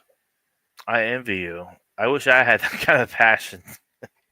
Because it's like, the deeper I follow politics, it's like, the more I just want to, like, bludgeon my cranium into pieces. I'm actually, like, kind of baffled as to how, like, wow, everything's so fucked, and yet it just doesn't affect you, like, whatsoever. I have One Piece on. If it's interesting, I will stay commenting. If you can manage to, like, juggle the two of them, fucking go for it, I guess. I don't know. We go over the news that was unreported, underreported, didn't get the coverage we thought it deserved, or we just found it interesting. And then we go through a few questions from y'all. Today is April 27th, and today is National Gummy Bear Day and National Tell a Story Day. So grab some gummy bears and share a story with someone. Stories. Tell me a story. Let's gather around a campfire, and if you got a story for me, fucking lay it the fuck on me. I will be completely engaged. I got stories of my own. And on this date in 1986, at about 2 p.m., the evacuation of about 115,000 people from the areas around Chernobyl began. Wow. Late April, Chernobyl. And starting with foreign policy, Trump affects me a lot because government work. What particularly affects you? F-35 program stopping the Boeing sucks. Boeing sucks. Also, every day, like, bruh. It doesn't mean it's not fucking current. It doesn't mean it's not relevant. I'm 61. 61. Maybe 62. 61. That's where we're at right now. Next time when I get a chance to go to the store, I swear to fucking God, whiteboard will be at the top of my fucking list. I got some expo markers, some dry erase markers, but a specific whiteboard to keep right here at this fucking desk will be at the top of the list. You fucking brat. Trump says he's negotiated 200 trade deals, but nobody seems to know with what countries or what the details are. Mm-hmm. A senior Russian general was killed until today, over a week later. He says he's got a deal made. We might cover that before the stream ends. By an explosion in Moscow. Russian authorities are claiming. All right, what the fuck are you blabbing about? Whatever that means. Don't waste your money after all that's happened recently. What's happened recently? Ukraine was responsible. Early signs suggest that details are deals. And starting with foreign policy, Trump says he's negotiated 200 trade deals. But nobody seems to know with what countries or what the details are. 200, dude? A senior Russian general was killed by an explosion in Moscow. Russian authorities are claiming Ukraine was responsible. Early signs suggest that, yeah, they're probably right this time. Yeah. Trump met one-on-one with Zelensky at the Vatican. Trump has called for a Ukraine-Russia summit because he believes that will finish it off and end the war. Uniformed forces from... I love when she pauses because what's being described is other bullshit. I wish you might have the job situation. Sure. But I'm still waiting to get paid at least twice this week. So I think a whiteboard is in my budget. Maybe even a paddle. Well, actually, I have a paddle. I have a leash. I got paddle. Maybe a few other things that call for this situation as well. Who fucking knows? You'll see if you get your fucking ass out here. India and Pakistan have reportedly exchanged fire in Kashmir. The UN is urging, quote, maximum... Hey, here's the topic. Here's the fucking topic at hand. Are you ready? Here we fucking go. Here we go. This is it. Uniformed forces from India and Pakistan have reportedly exchanged fire in Kashmir.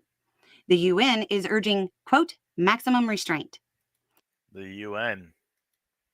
What are you fucking blabbing about? I believe 200 countries have reached out for trade deals, given how many economically weak countries. I mean, sure, because they're desperate. The weaker they are, the more desperate they are. Like, I don't doubt that for a second. That would be wise. Both India and Pakistan are nuclear powers. Yep. An advanced precision glide bomb known as a Stormbreaker was dropped in by U.S. forces in Yemen. It didn't go off, and concerns are rising that it might fall into the hands of an adversarial nation. Yeah, this is another fucking thing. I mean, okay, so not to mention the fucking whole India-Pakistan kerfuffle, but the whole thing about India and the U.S. is Yemen in the U.S., the Houthis in the U.S. I mean, set aside the fucking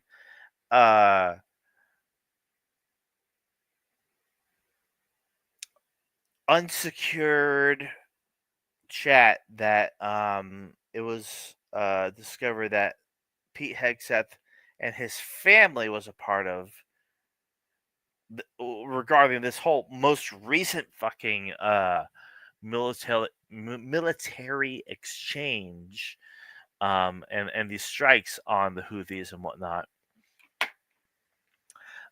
It's understood, just like Bell laid it out here, that like we dropped a bomb on them and it didn't go off, and it was like one of our most like high fucking it was like a top tier fucking weapon of ours, and the fact that like it might be falling into the hands of fucking our enemies, it's like, wow, talk about efficiency. Like the fact alone that our fucking military plans are going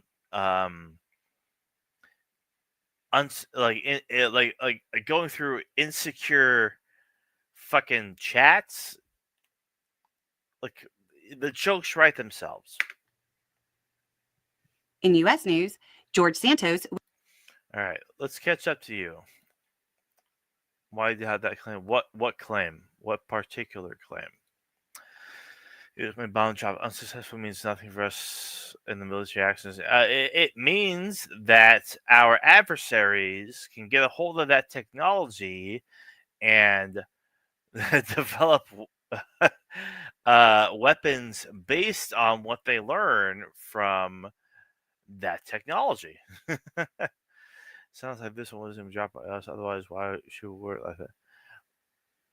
In Yemen? Who else would have dropped it? Would it be the UK? They're involved as well. Would it be like an armament? Would it be UK armament? We sold it in another country in the following instructions. Not our efficiency problem. If you got more information on that, I will introduce that to the fucking stream. Was sentenced to more than 7 years. A Division glide bomb, known as a Stormbreaker, was dropped in by U.S. forces in Yemen. Oh. It didn't go off. U.S. forces. Uh-oh. And concerns are rising that it might fall into the hands of an adversarial nation. Uh-oh. Oops. In U.S. news, George Santos was sentenced to more than 7 years in prison for fraud charges. George Santos is going to jail. Only about half of Republicans feel Trump is focusing on the right priorities. Half of Republicans actually think Trump is fucking on the right track about shit. Trump said he would veto legislation with major Medicaid cuts. We'll do a whole video on that involving the math. But if he's serious, he's just committed to vetoing his one big beautiful bill. Yep. Because like the gigantic Medicaid cut, that's a gigantic part of it. Trump was asked if his team was giving tips to Wall Street executives about deals. The Omen UAE, were they the ones who dropped it, or was it U.S. forces? Be real for me right now. We're not even close to the only country involved in it. I understand, but specifically, Bell stated U.S. forces. He bizarrely said he could only speak for himself. Yeah, that's not foreshadowing a future scandal at all. The governor of Illinois has started a set of policies and a boycott aimed at punishing El Salvador for its cooperation with Trump. Hey. In cultural news, the Pope's coffin has been sealed, ending the viewing period. Okay. The Smithsonian appears to be removing a number of exhibits related to the civil rights movement. It's apparently against new policies to learn about how to achieve freedom. In science news, the Trump-appointed leader of the National Science Foundation has resigned amid massive cuts to science. Bull fucking shit. In economic news, oil prices fell again. Some of this is over worries of Trump's tariffs decreasing demand via a global recession. But unlike the previous declines, there actually is some increasing supply. OPEC Plus is increasing production to punish members who are allegedly cheating quotas. Major U.S. companies are predicting reduced revenue and higher costs amid Trump-induced economic uncertainty. No shit. Commodity exports to China are plunging. We might have passed the point of no return. All right, what are you saying? Why U.S. forces must be separated from first claim if it was us? What first claim? Like what? Like what? Who else is claiming that it's not the U.S. engaging with the Houthis? First claim was not U.S. forces. Later, we ran if you want to defend that point, or look at when that's posted. I hope Team Sheen and Alibaba all the companies should go under. Sure.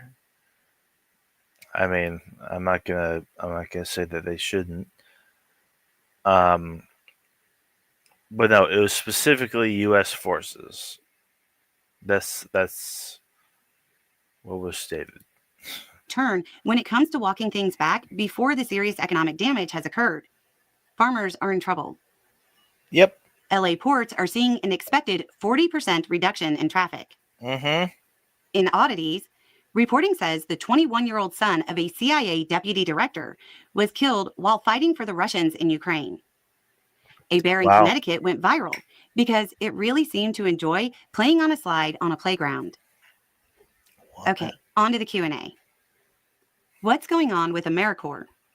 Trump and Musk are attempting to cut funding by hundreds of millions of dollars. It will affect everything from disaster recovery to affordable housing. AmeriCorps is one of those organizations that often slides under the radar, but these funding cuts will be felt coast to coast. As I see talking about two different events. You're really gonna make me rewind this shit. From the areas around Chernobyl began. And starting with foreign policy, Trump says he's negotiated 200 trade deals, but nobody seems to know with what countries or what the details are. Ukraine was responsible. Early signs suggest that it's called for a Ukraine-Russia summit because... Fuck off, dude. Holy fucking shit. Dude, really? Non-skippable ad? I want to fucking kill myself right fucking now. At Firestone Complete Auto Care, we hold our service to the highest standard. That's why we have thousands of expert ASC certified Armed forces obtain painful diarrhea from India and Pakistan have reportedly exchanged fire in Kashmir. The UN is urging, quote, maximum restraint. That would be wise. Both India and Pakistan are nuclear powers. Uh-huh. An advanced precision glide bomb known as a Stormbreaker was dropped in by U.S. forces in Yemen. It didn't go off, and concerns are rising that it might fall into the hands of an... Okay, so tell me right now, Megan, did any other fucking forces in the region set off that bomb? Did they deploy that? Was that deployed by any other actor against the Houthis? Adversarial nation. In U.S. news, George Santos was... Okay, yeah, that's the whole aspect. That's the whole fucking bit of news. That would be wise. Both India and Pakistan are nuclear powers. An advanced precision glide bomb known as a Stormbreaker was dropped in by U.S. forces in Yemen. It didn't go off. So did any other country, any other forces in the region drop a Stormbreaker? And concerns are rising that it might fall into the hands of an adversarial nation. Yeah, that's the fucking concern. All right. Previous declines, there actually is some increasing supply. OPEC Plus is increasing production to punish members who are allegedly cheating quotas. Major U.S. companies are predicting reduced revenue and higher costs amid Trump-induced economic uncertainty. Commodity exports to China are plunging.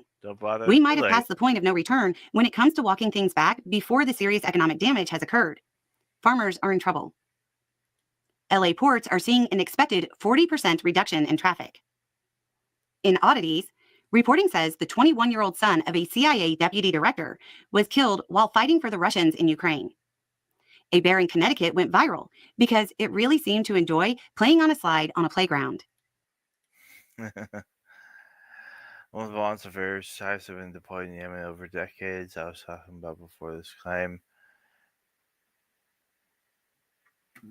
That's completely fucking irrelevant. I was talking about like what just happened. Sweetie, like I get it. Like I'm not saying that like our previous engagements with the Houthis are justified. I'm talking about what's happening right now. What's happening under Hegseth. What's happening under our Department of Defense. What's happening under American jurisdiction currently. Okay, on to the Q&A. What's going on with AmeriCorps? Trump and Musk are attempting to cut funding by hundreds of millions of dollars. Worth it after all. It will affect everything from disaster recovery to affordable housing. AmeriCorps is one of those organizations that often slides under the radar, but these funding cuts will be felt coast to coast. Hi, Belle. Thanks for the explainers on the challenges that make martial law impossible to currently implement. However, I'm to understand that mercenaries and the possibility of Trump inviting a foreign military presence are not completely impossible. My other concern is the millions of drones that are in the hands of state and private military. I want you to tell me that I've got Hollywood on the brain. Please tell me these are unreasonable concerns. So, a foreign military presence is a non-starter, primarily because most foreign countries would refuse.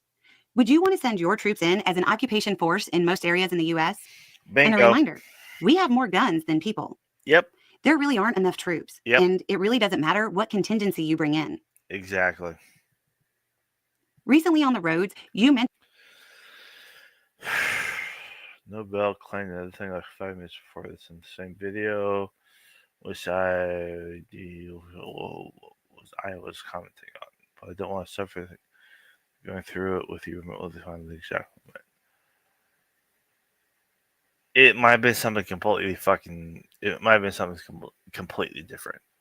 Mentioned that the fiscal conservatives would love to have some ammunition to work with. And I was wondering if the recent publication of the internal strategy memo related to the New York surge pricing is going to be that ammo. Right now, LawTube is collectively dying from secondhand embarrassment about the Trump team admitting it has no legs to stand on in this lawsuit, but are going forward with it anyway. You know, wasting a lot of taxpayer money. I thought this was exactly the kind of thing the fiscal hawks would be frothing at the mouth over.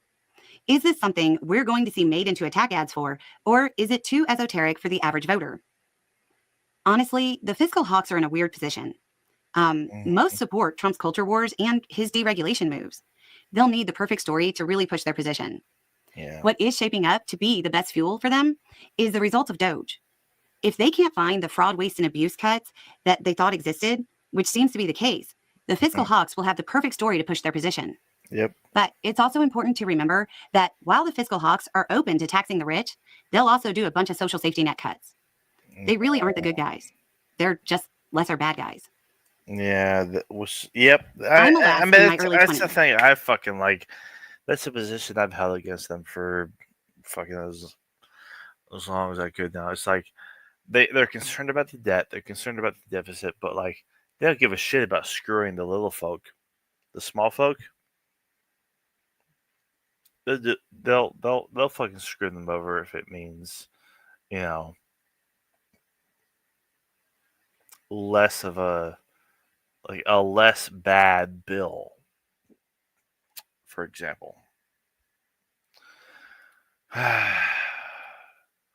These video time tagging my life comment when you finish uploading this. I'm not doing all this extra homework because you're slow to read. Okay. What? Okay. Are you claiming that there were other nations involved with the deployment of that fucking whatever it was that the U.S. forces deployed? Because that was not indicated or even suggested, even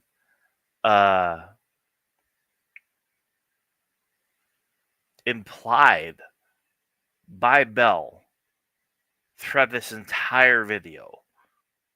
It was specifically U.S. forces.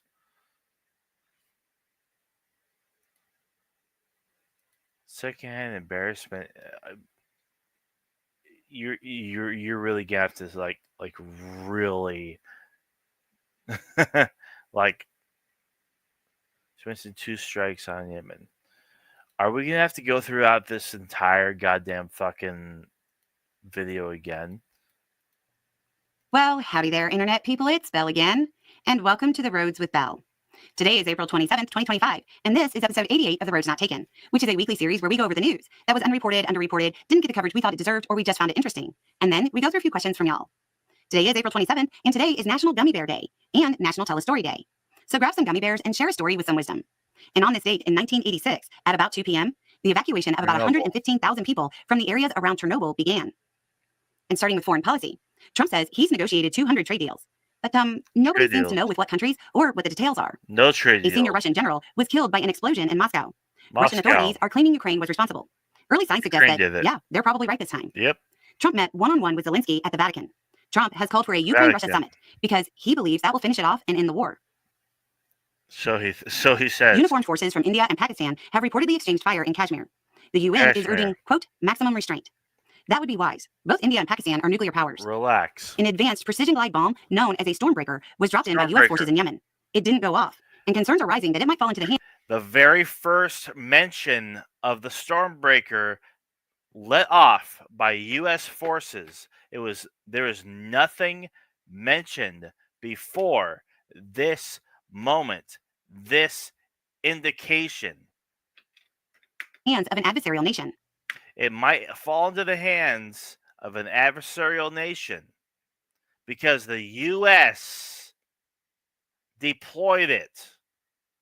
Nothing beforehand, nothing before it, nothing indicated that fucking before it was deployed in Yemen against the Houthis. Nothing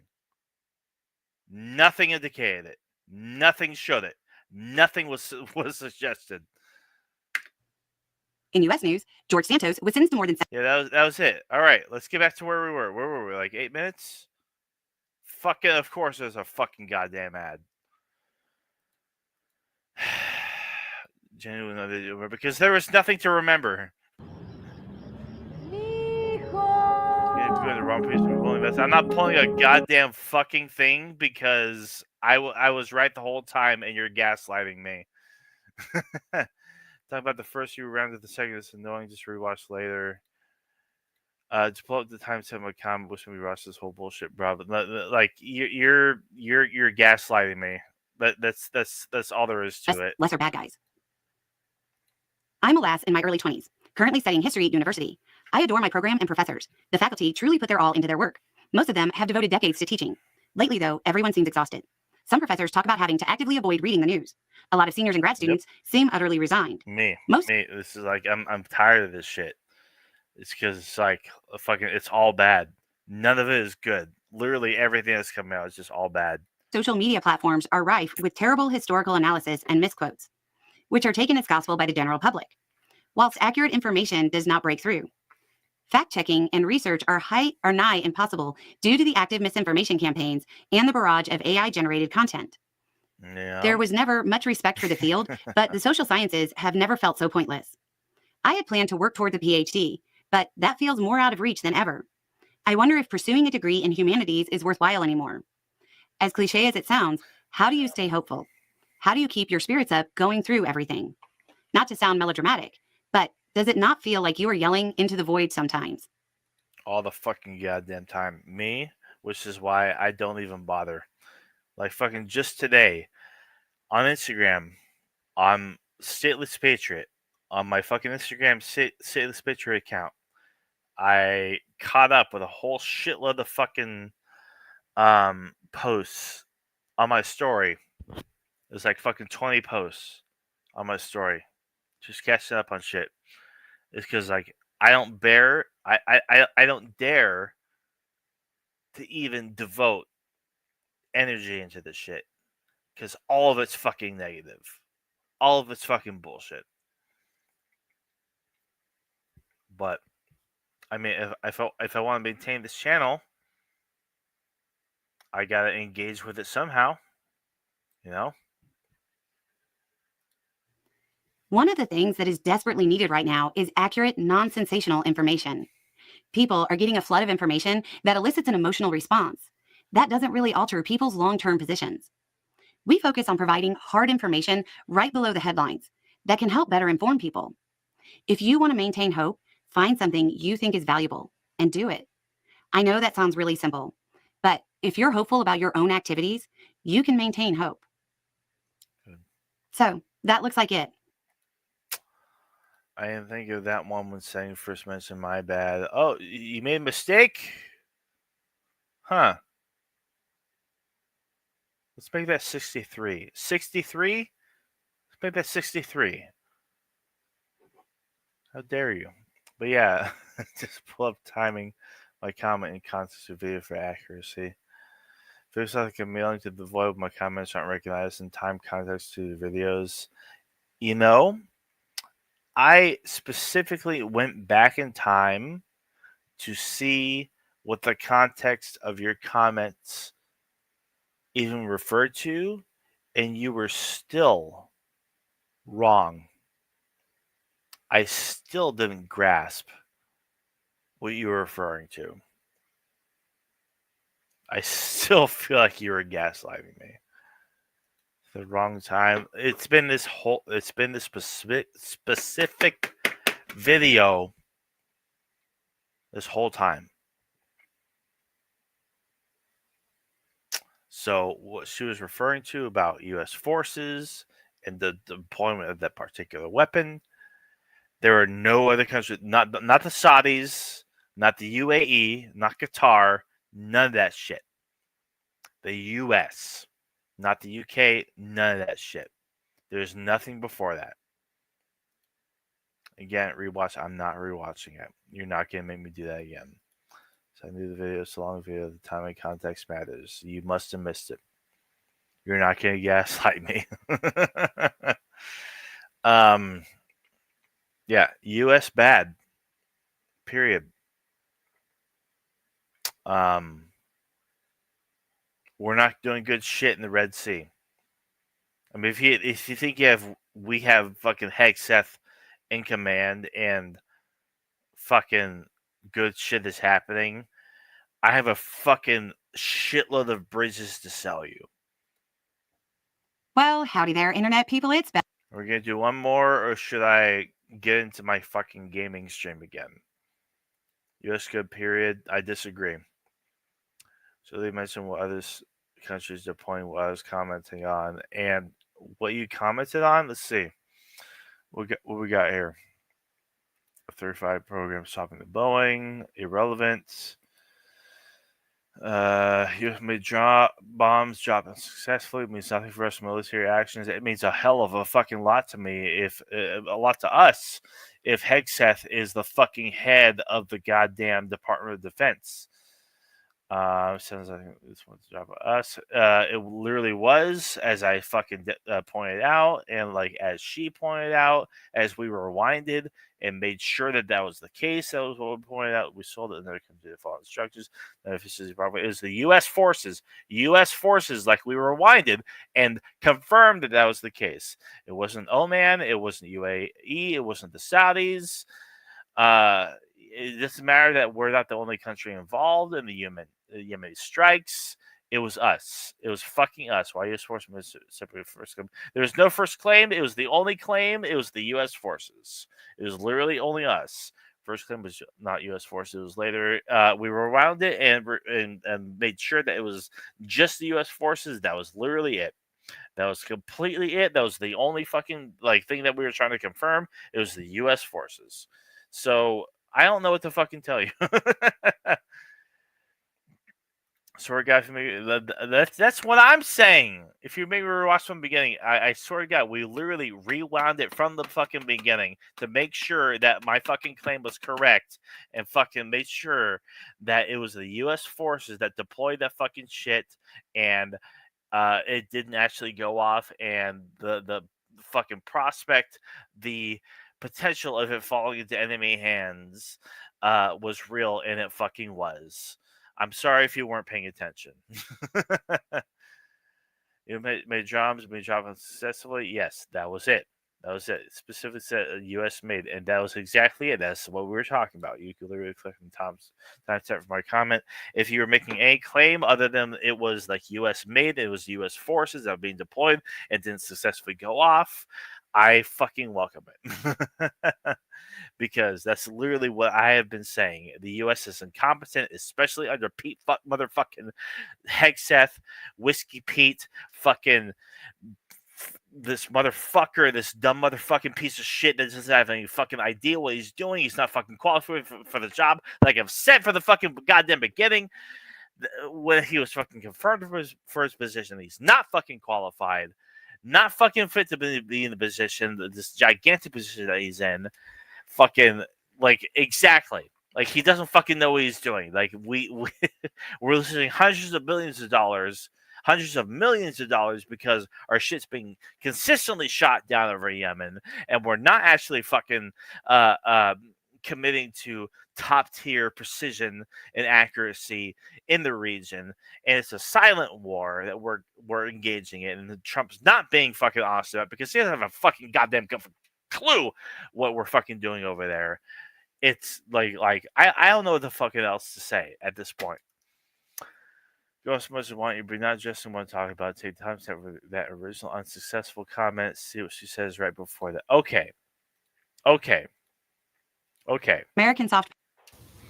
Fuck you. Fuck help kids When your live. kid Fuck, is hurting fuck St. and there's Jude. nothing you can do I hope about all it. those kids die. Fuck Power all of them. continues to decline. The U.S. is reportedly putting together a new package of sanctions on Russia. It's unclear right now if Trump is actually serious about putting them into force or if it's a bluff. Tensions between India and Pakistan reached a point where civilians in some areas are being advised to store food and supplies in case of fighting. Reminder, both countries are nuclear powers. The U.S. and Iran are working on a nuclear deal. The joke among insiders is that it's JCPOA 2. Yeah. Meaning reminder. The thing that made me stop supporting Trump during his first term, the fucking thing that he fucking ripped up just for fucking to appease people like fucking John Bolton. Both countries are nuclear powers. The U.S. and Iran are working on a nuclear deal. The joke among insiders is that it's JCPOA 2, meaning that Trump's deal is essentially the same as the one he ended. Yeah. Jokes about copying somebody else's homework are common. Glad we wasted years of progress. Okay. In other news, Trump threatened sanctions against countries that buy oil from Iran. I'm sure that will help with the talks. Israel conducted a series of strikes in Syria. The CIA launched a new video campaign to inform Chinese officials of their options. In other words, there's a video campaign aimed at turning Chinese officials. Trump lost both the Canadian and Australian elections. Mexico has declined to accept Trump's offer of sending U.S. troops. Knowing people in your area will be important. On to the news. I totally didn't fucking realize we're supposed to be fucking talking about this shit. Well, howdy there, Internet people. It's Belle again. Quote, maximum restraint. That would be wise. Both India and Pakistan are nuclear powers. Right after this. An advanced precision glide bomb known as a Stormbreaker was dropped in by U.S. forces in Yemen. Okay. So let's Trump met one-on-one with Zelensky at the Vatican. Trump has called for a Ukraine-Russia summit because he believes that will finish it off and end the war. And Pakistan have reportedly exchanged fire in Kashmir. The UN is urging, quote, maximum restraint. That would be wise. Both India and Pakistan are nuclear powers. An advanced precision glide bomb known as a Stormbreaker was dropped in by... Stormbreaker, okay. Right here. An advanced precision glide bomb known as a Stormbreaker was dropped in by U.S. forces in Yemen. It didn't go off, and concerns are rising that it might fall into the hands of an adversarial nation. In U.S. news... That was it. That was fucking it. Okay. You dropped by U.S. forces. Well, howdy there, Internet people. It's Belle again. And welcome to The Roads with Belle. Today is April 27th, 2025, and this is episode 88 of The Roads Not Taken, which is a weekly series where we go over the news that was unreported, underreported, didn't get the coverage we thought it deserved, or we just found it interesting. And then we go through a few questions from y'all. Today is April 27th, and today is National Gummy Bear Day and National Tell a Story Day.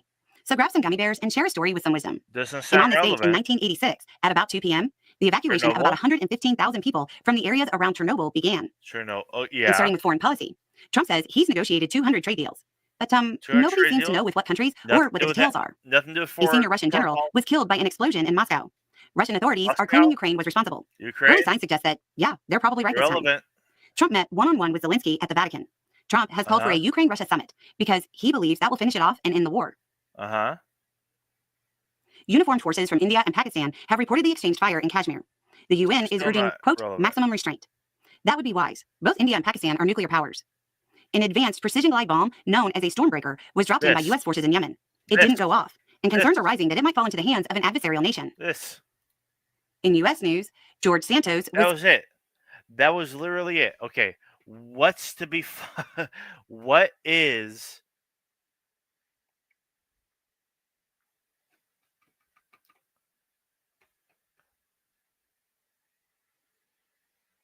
Tell me.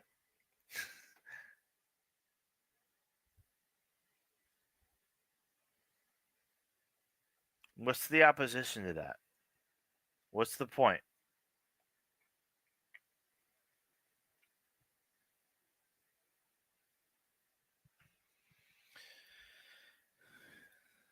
But yeah, they're shooting down planes, going to our aircraft carriers. You're not going to comment. You're just starting over again.